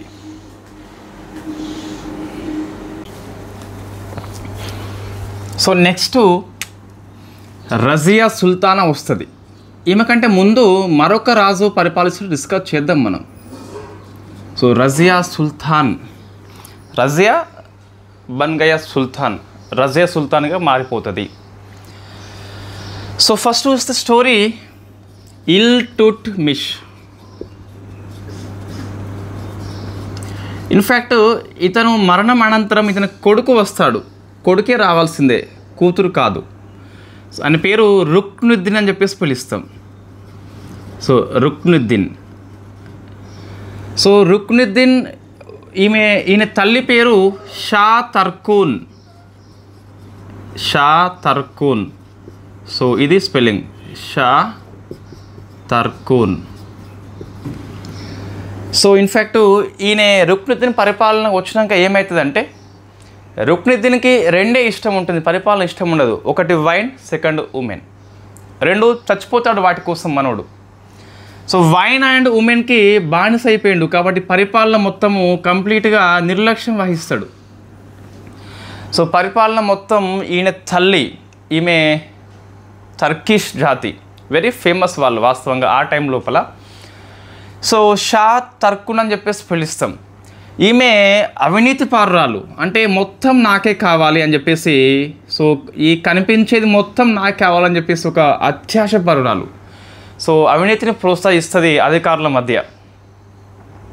సో రాజ్యం మొత్తం చిన్న భిన్నం అవుతుంది. సో ఇల్టుట్మిష్ ఏర్పాటు చేసినటువంటి కూటమి ఏంటి మీకు? చీహల్ గని చెప్పినా మనం ఆల్రెడీ. సో ఒక 40 ఫేమస్ టర్కిష్ నోబుల్స్ వీళ్ళు. స్లేవ్సే బట్ నోబుల్స్, మంచి స్లేవ్స్ అన్నట్టు. సో చీహల్ గని లోపల 40 ఉంటారు కదా. సో వాళ్ళు ఈ రుక్నుద్దీన్ యొక్క పరిపాలనని తీవ్రంగా వ్యతిరేకిస్తారు. ఒరేయ్, మీ నాన్న కష్టపడి నిర్మించాడు, ఇంతకుముందు ఆరం షా ఉండే, వాడు పెద్ద విధవ, వాని కారణంగా రాజ్యం మొత్తం చిన్నాభిన్నం అయిపోయింది, దాన్ని మళ్ళీ మంచి చేయడానికి చాలా కష్టపడ్డాడు, మమ్మల్ని ఏర్పాటు చేశాడు, రాజు పేండు, మేము ఉన్నాం కాబట్టి మేము ఉండగా రాజ్యాన్ని చిన్నాభిన్నం కానియమని చెప్పేసి రుక్నుద్దీన్ వాళ్ళ చెల్లె ఉంటుంది, ఆమెనే రజియా. సో రజియా వాస్తవంగా ఈమె కూతురు అయినప్పటికీ ఇల్టుట్మిష్ చిన్నప్పటి నుంచి కొడుకులాగా పెంచుతాడు. అప్పుడే మంచి భావాలు కలిగిన వ్యక్తి ఇల్టుట్మిష్ రాజ్యం యొక్క రీఫార్మ్స్ తీసుకొచ్చిండు, కూతురిని కొడుకులాగా పెంచిండు. కొడుకులాగా పెంచడం అంటే ఇన్ఫ్యాక్ట్ ఫ్రీగా, అంటే అన్ని యుద్ధ విద్యలు నేర్పించాడు, లోపల పెట్టకుండా. సో యుద్ధ విద్యలు నేర్పించాడు. సో ఈ రజియా ఈ చీహల్ గని యొక్క విషయాన్ని పసిగడుతుంది. వెరీ పవర్ఫుల్ అండ్ క్లెవర్, ఈ రేర్ కాంబినేషన్ ఇద్దరికి మహిళల లోపల. సో రెండు కాంబినేషన్ కలిగిన వ్యక్తి రజియా సుల్తానా. ఇన్ఫ్యాక్ట్ ఆమె మంచి అందగత్తె కూడా ఆ సమయం లోపల. సో ఇన్ఫ్యాక్ట్ ఈమె వీళ్ళని అప్రోచ్ అవుతుంది, ఈమెనే వెళ్ళి అప్రోచ్ అవుతుంది. సో చీహల్ గనిని అంటది, మిమ్మల్ని 40 మెంబర్స్ని మా నాన్న ఏర్పాటు చేసిండు, మీకు ఒక ఉపాధి కల్పించిండు, మంచి హోదా ఇవ్వడం జరిగింది. చీహల్ గని అంటే ఆ టైం లోపల మంచి ఇన్ఫ్యాక్ట్ రెస్పెక్ట్ ఉండేది, రాజ్యం యొక్క రక్షణ అని చెప్పేసి రెస్పెక్ట్ ఉండేది. సో ఇటువంటి రాజ్యం అనేది ఇలా అయిపోతుంది మా అన్న కారణంగా, మీరు నాకు సపోర్ట్ చేయండి, వీడిని చంపేద్దామని చెప్పేసి అంటది. సో వీళ్ళు గత్యంతరం లేక రజియాకి సపోర్ట్ చేస్తారు. ఇప్పుడు రజియా ప్లస్ చీహల్ గని రెండు కలిపి ఈ రుక్నుద్దీన్ అండ్ షా టర్కున్ని, రజియా వాళ్ళ అమ్మ షా టర్కున్ కాదు, వెరీ కామన్ ఇన్ ముస్లిమ్స్. రాజుగారికి రాణులు చాలామంది ఉంటారు, ఒక రాణి ఉండదు. కాబట్టి సో రుక్నుద్దీన్ వాళ్ళ అమ్మ అయిన షా టర్కున్ ఇద్దరిని చంపేస్తారు. చంపేసి రజియా సింహాసనాన్ని అధిష్ఠిస్తుంది. సో రజియా బన్ గయా రజియా సుల్తానా. సో సుల్తాన్ కాదు, రజియా సుల్తానా అని చెప్పేసి పిలుస్తాం. సో రాణిగా మారిపోతుంది. సో ఇప్పుడు ఏమవుతుందంటే ఫస్ట్లో చీహల్ గని సపోర్ట్ చేసిండ్రు, వై బికాస్ గత్యంతరం లేదు కాబట్టి. సో ఈ రజియా జనరల్గా అంతవరకు ఆ పర్దా సిస్టమ్ అని చెప్పేసి ఉంటుంది మధ్యయుగం లోపల. సో ఈ మహిళలు తమ యొక్క ఫేస్ని రివీల్ చేయరు, అంటే బయట వాళ్ళకి చూపెట్టారు. సో మొత్తం కప్పుకొనే ఉంటారు. ఈమె మహారాణి అయిన తర్వాత సింహాసనం మీద కూర్చోగా పురుష వేషధారణ ధరిస్తుంది, తమ యొక్క ఫేస్ని పబ్లిక్ మొత్తానికి రివీల్ చేస్తుంది. సో ఈ చీహల్ గని కూటమి ఆర్థడాక్స్ భావాలు కలిగిన వాళ్ళు, వీళ్ళకి ఇది నచ్చదు. ఫస్ట్ సో రజియా ప్లస్ సుల్తాన్ కాస్త రజియా వర్సెస్ చీహల్ గనిగా మారిపోతుంది. రజియా ప్లస్ చీహల్ గని కాస్త రజియా వర్సెస్ చీహల్ గనిగా మారిపోతుంది రెండు చర్యల కారణంగా. ఒక చర్యనేమో ఈమె సో పర్దాని తొలగిస్తుంది, పురుష వేషాధరణ ధరిస్తుంది, తన యొక్క ఫేస్ని ఇన్ఫ్యాక్ట్ పబ్లిక్ రివీల్ చేస్తుంది. వీళ్ళేమో ఆర్థడాక్స్ భావాలు పర్స్పెక్టివ్ ఎక్కువ ఉన్నవాళ్ళు కాబట్టి వీళ్ళకి ఇది నచ్చదు ఒకటి. సెకండ్ది, సో మనకి ఈ కుల వ్యవస్థ హిందువుల్లో ఉన్నట్టే ముస్లిం లోపల కూడా జాతి ఆధారంగా ఉంటుంది. టర్కిష్ అని చెప్పేసి వెరీ ఫేమస్, వీళ్ళు బ్రాహ్మణుల స్థాయి ఉంటారు, కింద ఒక జాతి ఉంటుంది హబ్సీ, వీళ్ళు ఆఫ్రికా ముస్లింలు, నీగ్రో ముస్లింలు వీళ్ళు. సో ఈ హబ్సీ జాతి అంటే వీళ్ళు ఆఫ్రికా ముస్లింలు అండి, టర్కిష్ ముస్లింలు కాదు, వీళ్ళు నాన్ టర్కిష్. సో హబ్సీ జాతి అయిన యాకూత్, సో గుర్తుపెట్టుకోవాలి, యాకూత్కి ఈ అశ్వదళ అధిపతి చేస్తారు. దీన్ని అమీర్, సో అమీర్ ఈ అఖూర్గా పిలుస్తాం. కొన్నిసార్లు ఇట్లా ప్రశ్న వస్తుందండి. సో అమీర్ ఈ అఖూర్ అని చెప్పేసి పిలుస్తాం. అమీర్ ఈ అఖూర్ అంటే master of the royal horses. So Amir అంటే మాస్టర్, అఖూర్ అంటే ఇన్ఫ్యాక్ట్ గుర్రం అని చెప్పేసి పిలుస్తాం, రాజుగారి గుర్రాలకి అధిపతి. సో ఇన్ఫ్యాక్ట్ ఈ హబ్సీ జాతి ఇన్ఫ్యాక్ట్ మళ్ళా అప్పుడు ఒక దాన్ని ఏమంటామండి, ఒక అనుమానం వస్తుంది చాలామందికి, వీళ్ళు ఇద్దరి మధ్యన సో సెక్సువల్ సంబంధాలు ఉన్నాయని చెప్పేసి వస్తుంది. ఇన్ఫ్యాక్ట్ ఈమె లవ్ చేస్తూ కూడా ఈ యాకూత్ని, హబ్సీ జాతి అయితేనేమి సో అతను మంచి సైనిక పాఠం కలిగిన వ్యక్తి అని చెప్పేసి సో ప్రేమిస్తుంది. సో అన్అఫిషియల్గా ప్రేమిస్తుంది. వై? బికాజ్ వీళ్ళు ఎవరు ఒప్పుకోరు కాబట్టి హబ్సి జాతిని. ఈ రెండు కూడా ఈ చీహల్ గనికి నచ్చదు. ఇంకా ఈ తక్కువ జాతి వాడిని ప్రేమించడం అయితే వీళ్ళకి ఇంకా చాలా లోపల మండిపోతుంది. ఇన్ఫ్యాక్ట్ ఎందుకంటే ఎవరు హర్షించరు దీన్ని. వాళ్ళు ఇప్పుడు చాలామంది హర్షించరు. సో పరువు కోసం ప్రాణాలే పోగొట్టుకుంటారు, పరువు పేరుతోని ప్రాణాలు తీస్తారు కూడా చాలామంది. సో అప్పుడు రజియా వర్సెస్ చీహల్ గన్ అని చెప్పేసి మారిపోయింది. సో అప్పుడు ఈ రజియాకి ఇన్ఫ్యాక్ట్ మన రుక్నుద్దీన్ ఎవరైతే ఉన్నారో సింహాసనము పోయిన తర్వాత ఈ రజియా రాకుండా ఈ మహిళా పరిపాలన ఏంటని చెప్పేసి ఒక వ్యక్తి తిరుగుబాటు చేస్తాడు. ఆయన పేరే అతుల్ యాన్. సో ఆల్ తునియా అని చెప్పేసి పిలుస్తాం, ఆల్ తునియా. సో ఆల్ తునియా ఈయనే అప్పుడే సాటిస్ఫై కాడు, అరే ముస్లింకి ఇవ్వడం ఏంటని చెప్పేసి. ఇప్పుడు ఏమైంది అంటే ఈ ఫస్ట్ మీరు అబ్జర్వ్ అయిన స్టోరీ వచ్చేసి రుక్నుద్దీన్ మీద చీహల్ గన్కి కోపం ఉంది కాబట్టి రజియా చీహల్ గన్ని అప్రోచ్ అయింది. చీహల్ గన్కి అత్యంతరం లేక రజియా సపోర్ట్ చేసింది. సో ఇప్పుడు చీహల్ గన్కి రజియా మీద కోపం ఉంది కాబట్టి ఈ ఆల్ తునియా వెళ్ళి చీహల్ గన్ని అప్రోచ్ అవుతాడు. సో మీరు నాకు హెల్ప్ చేయండి, నేను రజియాని ఈ యాకూత్ ఇద్దరిని చంపేస్తానని చెప్పి చెప్తాడు.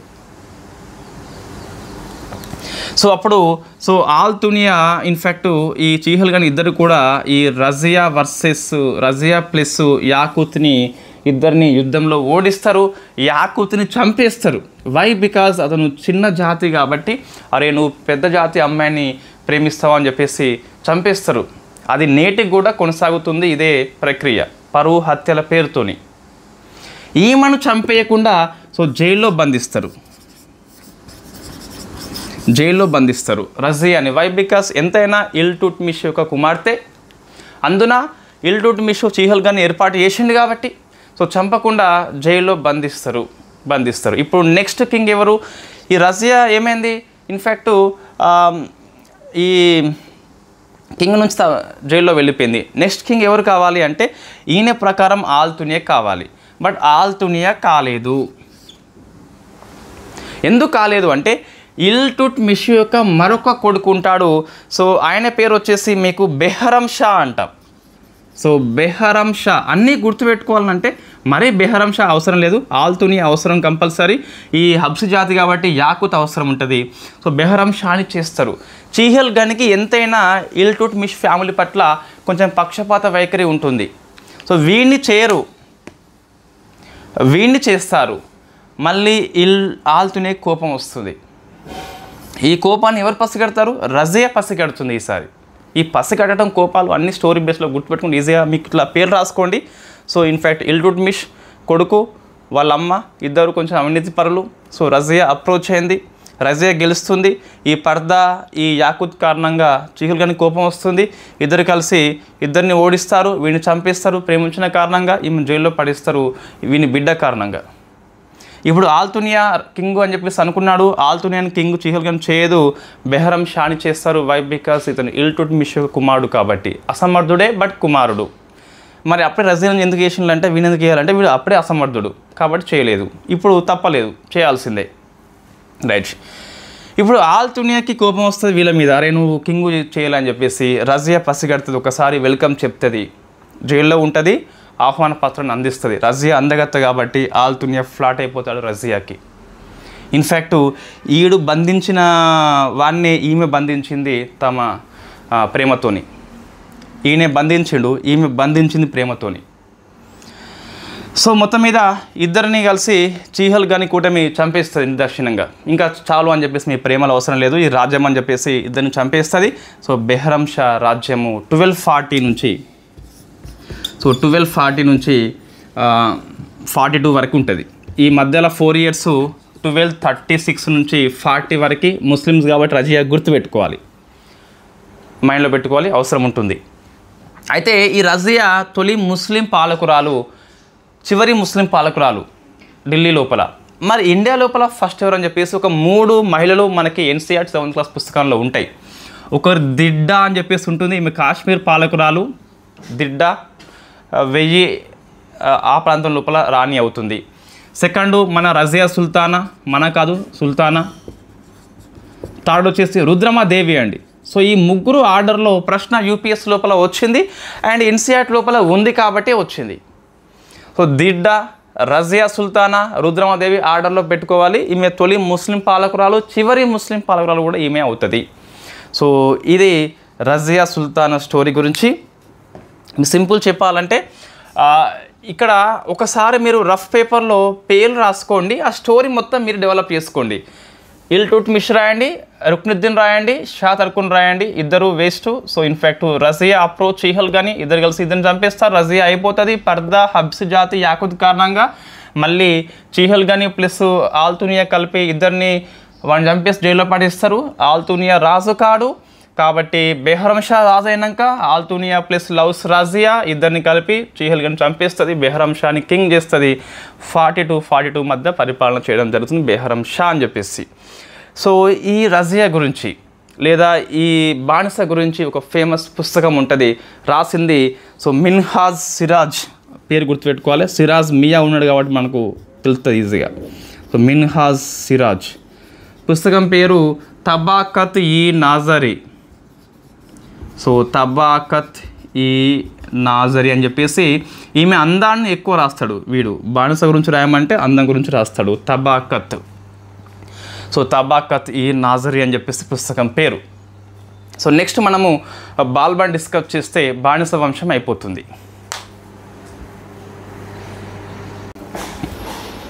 నెక్స్ట్ ఈ బానిస వంశంలో స్లేవ్ డైనెస్టీలో చివరి వ్యక్తి బాల్బన్. ఇతన్ని బానిస అంటాం మనం. ఇతనిది ఇల్బరి తెగ, సెకండ్ ఇల్బరి తెగ.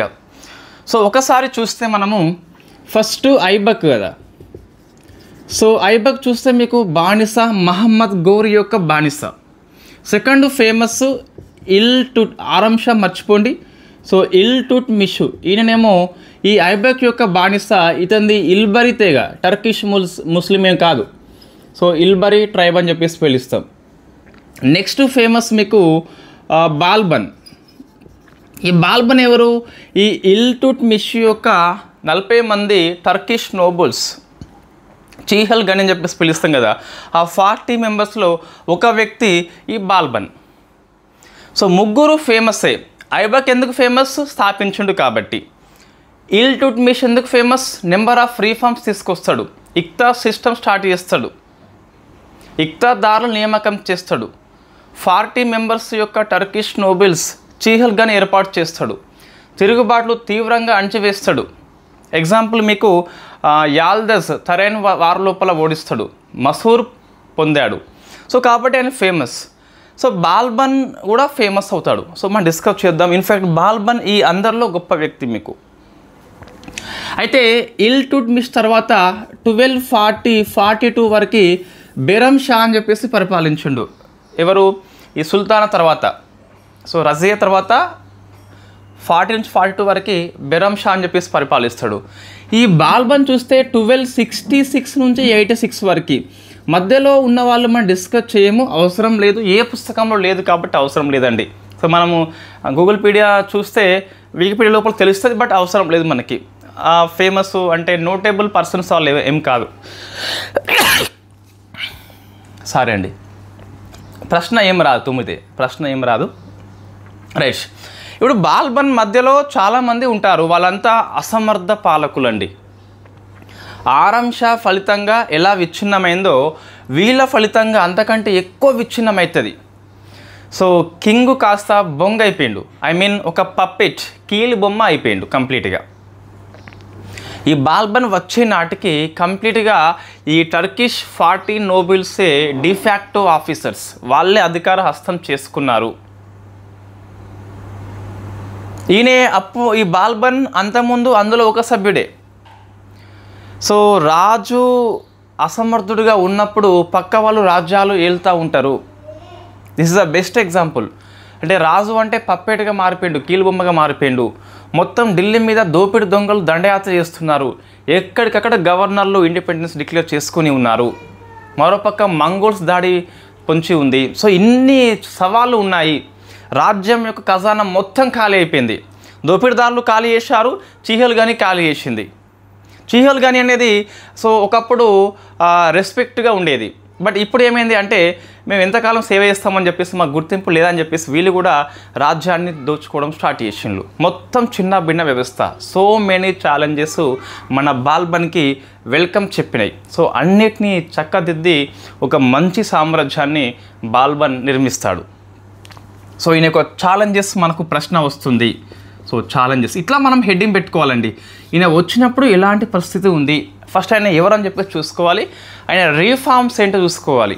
సో ఫస్ట్ అయితే ఏమన్నా మాట చెప్పాలి వినాలి అంటే రాజుకు గౌరవం ఉండాలి. ఆ ప్రతిష్ట కోల్పోయింది ఢిల్లీ సామ్రాజ్యం ఈరోజు. సో పప్పెట్ని మనము కింగ్ మేకర్ చేయాలి అంటే కొన్ని కొత్త మెథడ్ తీసుకురావాలి. సో తీసుకొస్తాడు మన బాల్బన్. ఫస్ట్ చూస్తే జీల్ ఈ ఇలాహి అని చెప్పేసి పిలుస్తాం. సో జీల్ ఈ ఇలాహి అని చెప్పేసి పిలుస్తాం దీన్ని. అంటే జీల్ అంటే మీకు సో షాడో, నీడ. ఇలాహి అంటే గాడ్ అని చెప్పేసి పిలుస్తాం. సో దేవుని నీడగా తనను తాను చెప్పుకుంటాడు, నేను దేవుడు పంపిన నీడ, సో నేను భగవంతుని యొక్క దూత అని చెప్పేసి చెప్పుకుంటాడు. కాబట్టి మీరు నాకు గౌరవం ఇవ్వాల్సిందే. దేవుడు అని చెప్పి సెంటిమెంట్ కొట్టేస్తే ఎవరైనా గౌరవం ఇచ్చేస్తారు. మీరు అబ్జర్వ్ చేయండి, ఒక మహిళకి సో దేవుడు వస్తుంది అనుకోండి, ఆమెకు ఎక్కువ గౌరవ మర్యాద దక్కుతుంది. ఈ పట్నాలు వేసినప్పుడు పట్నం తొక్కితే సో ఆమెకి చీర పెడతారు, రైక పెడతారు, సో దండాలు పెడతారు. తర్వాత వచ్చి తిట్టుకుంటారు, అది వేరే విషయం అనుకోండి. కానీ సో మోస్ట్లీ రెస్పెక్ట్ అయితే వస్తుంది గాడ్ని కలుపుకుంటే. కాబట్టి సో జీల్ ఈ ఇలాహి అని చెప్పి చెప్పుకోవడం జరిగింది. అంటే దేవుని యొక్క నీడ, నేను నీడ అంటే దేవుడు అక్కడ ఉంటే నేను కింద ఉన్న భూమి మీద అనే ఒక దూత అని చెప్పి చెప్పుకోవడం జరిగింది. అందరూ నమ్మిస్తారు కూడా. సో నేను దేవుణ్ణి కాబట్టి కొన్ని మీరు స్పెషల్ చేయాలి, ఇంతకుముందు కింగ్స్ చేయలేదు నాకు చేయాలని చెప్పేసి. ఒకటి సిజ్దా అని చెప్పేసి పిలుస్తాం. సో సిజ్దా అంటే సాష్టంగా నమస్కారం చేయాలి. ఇట్లా కాదు మొత్తం పడుకొని మొక్కాలి నాకు అని చెప్పి చెప్తుంది. దాన్ని ఇంగ్లీష్ లోపల సో ప్రొస్ట్రేషన్గా పిలుస్తాం. ప్రొస్ట్రేషన్గా పిలుస్తాం. సాష్టంగా నమస్కారం చేయాలి, ఉత్త నమస్కారం కాదు, నడుము ఎక్కువ వంచాలి. మూడవది సో పైబోస్ అంటే సో మీరు నా పాదాలని ముద్దు పెట్టుకోవాలి. అదేం కోరిక మనకు అర్థం కాదు. సో రాజుగారి పాదాలను ముద్దు పెట్టుకోవడం అని చెప్పేసి పిలుస్తాం పైబోస్ అంటే. నెక్స్ట్ పర్షియన్లో యొక్క నూతన సంవత్సరము సో నౌరజ్. సో నౌరజ్ కూడా నేను కండక్ట్ చేస్తా, మీరు నా కానుకలు సమర్పించాలి అని చెప్పేసి చెప్తాడు. సో 4 కారణంగా ఈ రాజు యొక్క ప్రతిష్ట పెంచుతాడు. సో జీల్ ఈ ఇలాహి అంటాం, షాడో ఆఫ్ ది గాడ్ అంటాం. సిజ్దా అంటే ప్రొస్ట్రేషన్, సాష్టంగా నమస్కారం చేయాలి. పైబోస్ అంటే ఇన్ఫ్యాక్ట్ పైబోస్ అని చెప్పేసి పిలుస్తాం, ఆ రాజుగారి ఫీట్ని కిస్ చేయాలి. సో డిఫరెంట్ కోరిక మనది. సో నౌరజ్ పర్షియన్ యొక్క నూతన సంవత్సరము, నవరోజుని ఇక్కడ జరుపుకోవాలి, మీరు ఆ సందర్భంగా కానుకలు నాకు ఇవ్వాలని చెప్పేసి ఈ 4 తీసుకొస్తాడు ఇన్ఫ్యాక్ట్ ఎవరు బాల్బన్. సో నెక్స్ట్ ఒక ఛాలెంజ్ అయిపోయింది. సో ప్రతిష్ట అనేది పెంచిండు. దీంతో దేవుని సెంటిమెంట్ చాలా డేంజరస్. సెకండ్ది రెబల్స్, నెంబర్ ఆఫ్ రెబల్స్ ఉన్నారు, ఒకడు వాడు ఇద్దరు కాదు, మనం ఒక్కరిని డిస్కస్ చేస్తాం. ఎందుకు? ఆయన ఫేమస్ కాబట్టి. అందులో ఒక రెబల్ అయితే ఇండిపెండెన్స్ డిక్లేర్ చేసుకుంటాడు, ఆయనే Bengal governor Tughril Khan. So Bengal governor Tughril Khan అని చెప్పేసి ఇతను ఇండిపెండెన్స్ డిక్లేర్ చేస్తే సో అక్కడికి తన కొడుకుని పంపి ఈ తుగ్రిల్ ఖాన్ యొక్క రాజ్యాన్ని సో ఇన్ఫ్యాక్ట్ ఆయన యొక్క చంపేస్తారు కంప్లీట్గా. సో ఆయన పేరు, వాళ్ళ కొడుకు పేరు మనకి బుగ్రా ఖాన్. సో బుగ్రా ఖాన్ అని చెప్పేసి పిలుస్తాం. సో దీనికి వాస్తవంగా పెద్ద దాని ఏమంటారు బ్యాక్గ్రౌండ్లో ఎక్కువ వర్క్ చేస్తారు.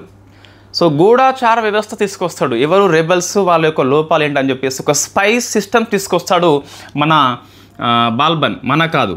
So spy system and punishment తీసుకొస్తాడు, తీవ్రంగా కఠిన శిక్ష విధిస్తాడు. ఇంకెవరైనా రెబల్గా మారాలంటే వణికిపోవాలి వాళ్ళు. సో స్పై సిస్టమ్ తీసుకొస్తాడు.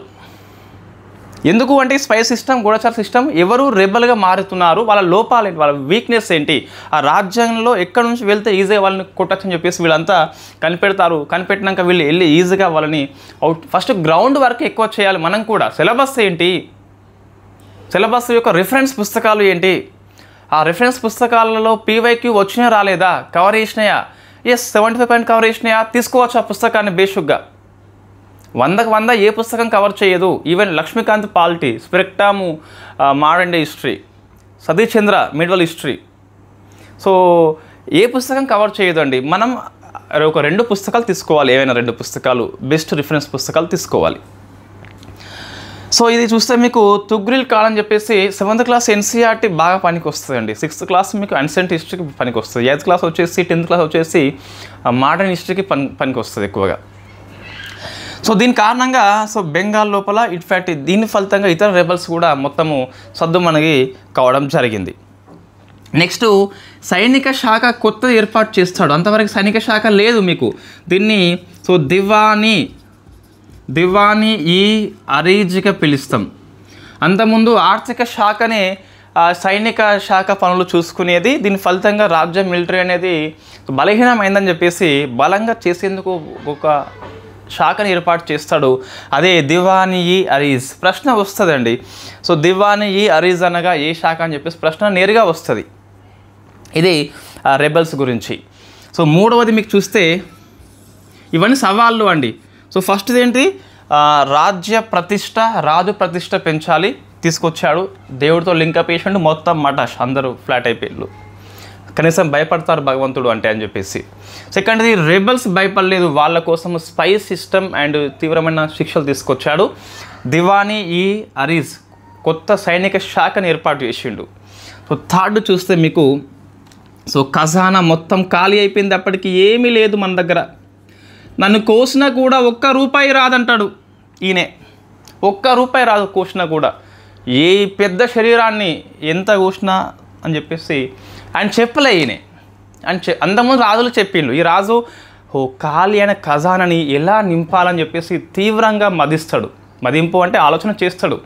నేను చేతులు ఎత్తేయలే, నన్ను కోసినా ₹1 రాదు మీకు అని చెప్పలేదు. చెప్పకుండా సో ఖాళీ ఉంది, గతం వాళ్ళు ఖాళీ చేసిండ్రు, మనం ఏం చేయాలి, గతం ఖాళీ చేసిన అని చెప్పేసి చెప్పుకుంటా పోదామా, కాదు, ఖాళీని నింపాలని చెప్పేసి సో కొన్ని రిఫార్మ్స్ తీసుకొస్తాడు.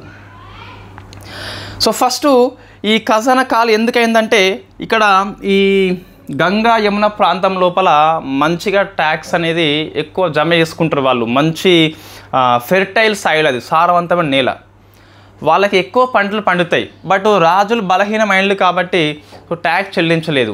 సో ట్యాక్స్ చెల్లించేలా ఇక్తా ఉంది కదా, దాన్ని రిస్టోర్ చేస్తాడు. ఫేమస్ క్వశ్చన్ అండి. ఇక్తా స్టార్ట్ చేసింది ఎవరు, ఇల్టుట్మిష్. మనం చెప్పినాం ఆల్రెడీ, రెవెన్యూ కలెక్షన్ ఉంటుంది, ఆర్మీ కూడా ఉంటుంది.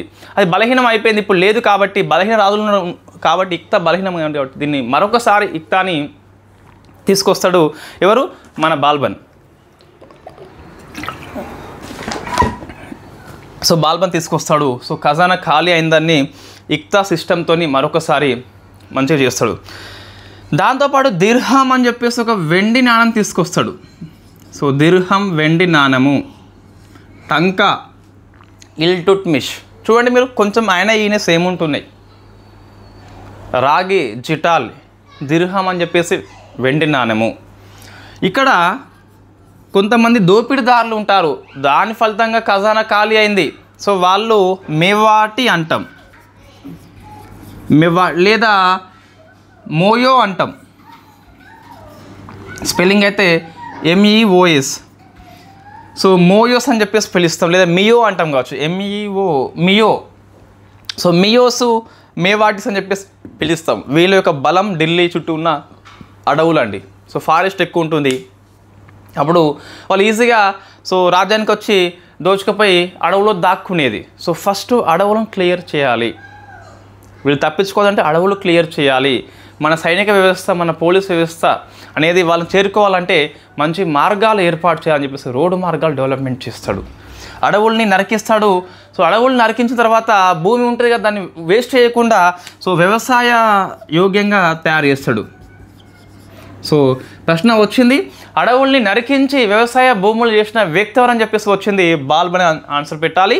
సో మనం ఇలా గుర్తుపెట్టుకోవాలి, ఈ మేవాటి ఈ మియోస్ ఎవరైతే ఉన్నారో తప్పించుకోకుండా అడవులలో దాక్కోకుండా అడవుల్ని క్లియర్ చేస్తాడు. క్లియర్ చేసి ఆ ప్రాంతాన్ని వ్యవసాయ యోగ్యంగా మారుస్తాడు. రాజుగారి జలాశయం ఇల్టుట్మిష్, వ్యవసాయ భూములేమో ఈ బాల్బన్. కొంచెం కీవర్డ్స్తో మనం ఈజీగా గుర్తుపెట్టుకోవచ్చు. ఇది 4th రీఫార్మ్ మీకు. సో దోపిడీదారులని అణచివేయడం జరిగింది ఎవరు, బాల్బన్. సో 5th మరి చీహల్గన్ ఉంది కదా, ఇది ఒకప్పుడు లెక్క లేదు. ఒకప్పుడు రాజుగారికి కట్టప్ప లెక్క, కట్టు బానిస, శక్తివంతమైంది బట్ రాజుగారికి బానిస. ఇప్పుడేమో అవినీతిపరం అయిపోయింది కాబట్టి నాశనం చేయాల్సిందే అవినీతిని అని చెప్పేసి ఈజీగా దీన్ని నాశనం చేస్తాడు. వై? బికాస్ ఈయన ఒకప్పుడు చీహల్గన్ సభ్యుడే కదా, మనకు లోపాలన్నీ తెలుసు, మా ఎక్కడ లోపాలని చెప్పేసి.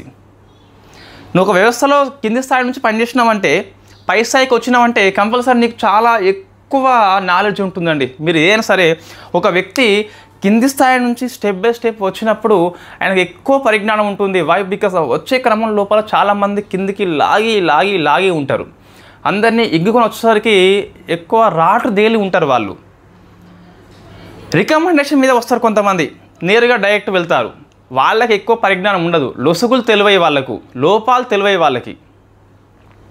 మీరు అబ్జర్వ్ చేయండి, ఫస్ట్ అటెంప్ట్లో ఒక జాబ్ వచ్చిన వ్యక్తి కంటే 3-4 అటెంప్ట్స్లో వచ్చిన వానికి ఎక్కువ పరిజ్ఞానం ఉంటుంది సబ్జెక్ట్ పట్ల. ఇది కంపల్సరీ గ్యారంటీ. ఎందుకంటే వాటిని ఎక్కువసార్లు అధ్యయనం చేయడం వల్ల, ఒక్కొక్కసారి అధ్యయనం వల్ల ఒక్కొక్క విషయం కొత్త తెలుస్తుంది. మీరు సుల్తాన్స్ ఇంతకుముందు చదివి ఉంటారు, ఇప్పుడు చదివి ఉంటారు, సమ్ హెడ్డింగ్స్ అయితే డిఫరెంట్ ఉంటాయి కంపల్సరీ. ఒక స్టోరీ బేస్లో ఒక ఆర్డర్లో ఉంటుంది. మనకి ఇంత ఆర్డర్ చేయాలంటే మనకు ఎక్కువ అధ్యయనం చేసి ఉండాలి కంపల్సరీ, రైట్. సో ఇది చీహల్గన్ అని చెప్పేసి దీన్ని నాశనం చేస్తాడు, దీన్ని లేకుండా చేస్తాడు. ఏర్పాటు చేసిన వ్యక్తి ఇల్టుట్మిష్, అందులో సభ్యుడు బాల్బన్, నాశనం చేసింది కూడా బాల్బనే. నెక్స్ట్ మంగోలుల దండయాత్ర. ఇది ఎప్పటి నుంచో ఉన్నది ఢిల్లీ సుల్తాన్స్కి. సో ఇట్లా ఉంటుందండి, ఇది ఢిల్లీ, ఇది పంజాబు, ఇక్కడ నార్త్ వెస్ట్ నుంచి అటాక్ చేస్తారు. ఇక్కడ దుర్గాలు నిర్మిస్తాడు. వీళ్ళు ఇక్కడ తట్టుకొని వస్తే ఇక్కడ దుర్గాలు ఉంటాయి, మధ్యలో ఇంకోటి ఉంటుంది. ఇన్ని దాటుకొని వచ్చేసరికి ఇక్కడ కొంతమంది బలహీనమవుతారు, ఇక్కడ బలహీనమవుతారు. కాబట్టి ఈజీగా అటాక్ చేయవచ్చు అని చెప్పేసి వాళ్ళ మీద సో దుర్గాలు నిర్మించి వీళ్ళకి రాజులుగా తమ కొడుకుల్ని నియమిస్తాడు. ఇక్కడ వాటి అధిపతులుగా ఒకరేమో మహమ్మద్ అంటాం, ఇంకో వ్యక్తి బుగ్రా ఖాన్. మనం డిస్కస్ చేసినాము, బెంగాల్ గవర్నర్ తుగ్లక్ ఖాన్ యొక్క ఓటమి కారణమైన వ్యక్తి. సో బుగ్రా ఖాన్ కొడుకుల్ని కూడా పంపించిండు. సో ఆ మంగోల్లో ఒక మంగోల్ తైమూర్ ఖాన్ ఉంటాడు. సో ఆ తైమూర్ ఖాన్ మీకు మళ్ళీ ఈ మంగోల్స్ గురించి మరాఠాలో వస్తుంది, మొఘల్స్లో కూడా వస్తుందండి. సో మహమ్మద్ని చంపేస్తారు. మంగోల్స్ దండయాత్ర ఆపిండు. అన్ఫార్చునేట్లీ ఒకరోజు ఈ మంగోల్ యొక్క ఒక మంగోల్ తైమూర్ ఖాన్ అని చెప్పేసి మహమ్మద్ని చంపేస్తాడు. తర్వాత మన బాల్బన్ బలహీనం కూడా అయిపోతాడు. సో బలహీనం అయిపోయిన తర్వాత నెక్స్ట్ చివరికి మరణిస్తాడు బాల్బన్. సో మీకు ఇది బాల్బన్ హిస్టరీ అయిపోతుంది. తర్వాత కైకుబాద్ వస్తాడు. ఈయనేమో ఈ బుగ్రా ఖాన్ యొక్క కొడుకు అండి కైకుబాద్. ఈయన పక్షవాత రోగి. ఇతన్ని జలాలుద్దీన్ ఖిల్జీ అని చెప్పి చంపేసి ఖిల్జీ వంశాన్ని స్థాపిస్తాడు. దీంతో మీకు బానిస వంశం అయిపోయింది. సో కైకుబాద్ ఇన్ఫ్యాక్ట్ చంపింది ఎవరు? జలాలుద్దీన్ ఖిల్జీ అని చెప్పేసి మనం డిస్కస్ చేద్దాం ఆయన గురించి నెక్స్ట్ క్లాస్లో. సో ఖిల్జీ అని చెప్పేసి ఉంటుంది. సో మళ్ళీ మీకు ఫ్రైడే ఖిల్జీ వంశం ఉంటుంది అండ్ తుగ్లక్ వంశం కూడా ఉంటుంది. నేను రేపే ఈ ఖిల్జీ వంశం క్లాస్ చేస్తాను. ఫ్రైడే మార్నింగ్ మీరు లేసేసరికి తుగ్లక్ వంశం చేస్తే 2 వంశాలు మీకు ఫ్రైడే పొద్దున కల్లా అందుబాటులోకి వస్తాయి. సో నోట్స్ నేను ఈరోజు సాయంత్రము ఖిల్జీది పెట్టిస్తాను, రేపు క్లాస్ చేస్తాను. రేపు క్లాస్ చేస్తే రేపే పెట్టిస్తాను. ఖిల్జీ మాత్రం రేపు క్లాస్ చేస్తాను. మీరు చదవడం మాత్రం ఎప్పుడు చేయాలి? ఫ్రైడే చేయాలి. సో తుగ్లక్ కూడా ఫ్రైడే కంప్లీట్ చేసుకోండి, అయిపోతుంది. అచ్చా ఇంకోటి, ఈ బాల్బన్లో స్కాలర్స్ ఆస్థాన కవి అమీర్ ఖుస్రో అని చెప్పేసి ఉండే. ఈ అమీర్ ఖుస్రోని మనము ప్యారెట్ ఆఫ్ ఇండియాగా కీర్తిస్తాము. బట్ అల్లావుద్దీన్ ఖిల్జీ దగ్గర మనం డిస్కస్ చేద్దాం. అమీర్ ఖుస్రో వాళ్ళిద్దరు చాలా ఫ్రెండ్షిప్ ఎక్కువ ఉంటుంది కాబట్టి. సో ఇది మనకు ఇది ఈ బానిస వంశం గురించి సంపూర్ణంగా. మీకు సెకండ్ రిఫరెన్స్ పుస్తకము అంత అవసరం లేదండి. సో నేను అన్ని పాయింట్స్ చెప్పేసిన. అండ్ మనకున్న పాయింట్స్ని ఒక హెడ్డింగ్స్, అంటే రాజ్యానికి వచ్చినప్పుడు ఎటువంటి పరిస్థితి ఉన్నది, ఆ ఛాలెంజెస్ ఏంటని చెప్పేసి అట్లా మనం ఒక ఆర్డర్లో వచ్చింది. సో రుక్నుద్దీన్, షా తుర్కిన్, ఆ స్టోరీ ఏంటి, రజే అని చెప్పేసి, యాకూత్ అని చెప్పేసి, ఆల్తునియా అని చెప్పేసి. సో అట్లా స్టోరీ డెవలప్ చేసుకోండి, మీకు చాలా బాగా గుర్తుంటుంది. 4 ఆప్షన్స్ లోపల ఈజీగా గుర్తుపెట్టవచ్చు. మెయిన్స్ లోపల ఈ బానిస వంశంలో ప్రశ్న రాదండి. మన ఖిల్జీ లోపల వస్తుంది. అల్లావుద్దీన్ ఖిల్జీ మార్కెట్ రిఫార్మ్స్, సైనిక రిఫార్మ్స్ అవన్నీ పరిపాలన గురించి వస్తుంది. లేదా మహమ్మద్ తుగ్లక్ కూడా వస్తుంది, ఫిరోజ్ షా కూడా వస్తుంది. ఢిల్లీ యొక్క పరిపాలన భారతీయ సంస్కృతి మీద ప్రభావం అని చెప్పేసి వస్తుంది. ఇండో పర్షియన్ శైలి మీద వస్తుంది. అది మెయిన్స్ క్వశ్చన్స్. బట్ ఇక్కడ మీకు ఇవాళ క్లాస్లో మెయిన్స్ ఏది అవసరం లేదు. So thank you very much. ఇది మన ఫస్ట్ క్లాస్ హిస్టరీలో, మనం ఆల్రెడీ మోడర్న్ ఇండియా హిస్టరీలో 76 క్లాసులు, అవి 100కు పైగా గంటలు చేసి ఉన్నాం. ఇది ఇంకా మనకి స్టోరీ బేస్లో ఉంటుంది. మధ్యయుగ చరిత్ర, ఇంకా ప్రాచీన చరిత్ర మొత్తం స్టోరీ బేస్లో ఉంటుంది. ఈ రాజు వచ్చిండు, ఆ రాజు వచ్చిండు, ఆ లవ్ చేసిండు, ఈ అమ్మాయి, మొత్తం స్టోరీసే ఉంటాయి మనకి. Okay right, thank you very much. All the best. మంచిగా ప్రిపేర్ కానీ నోటిఫికేషన్స్ అనేవి వస్తాయి కంపల్సరీ. ఒక వాతావరణం మనకి మంచిగా క్రియేట్ అవుతుంది. ఇప్పుడైతే 10 days బ్యాక్ ఉన్న వాతావరణం ఇప్పుడు లేదు, స్టార్ట్ అవుతుంది మెల్లమెల్లగా. సో ఒక 15 రోజుల్లోగా మంచి వార్త మనకి వినిపించవచ్చు. కాబట్టి మనం దానికి సిద్ధంగా ఉండాలి. నోటిఫికేషన్స్ లేనప్పుడు ఎంత కోరుకున్నామో అవి వస్తున్న క్రమం లోపల అంతకంటే ఎక్కువ బలంగా మనం చదువుకోవాలి. All the best.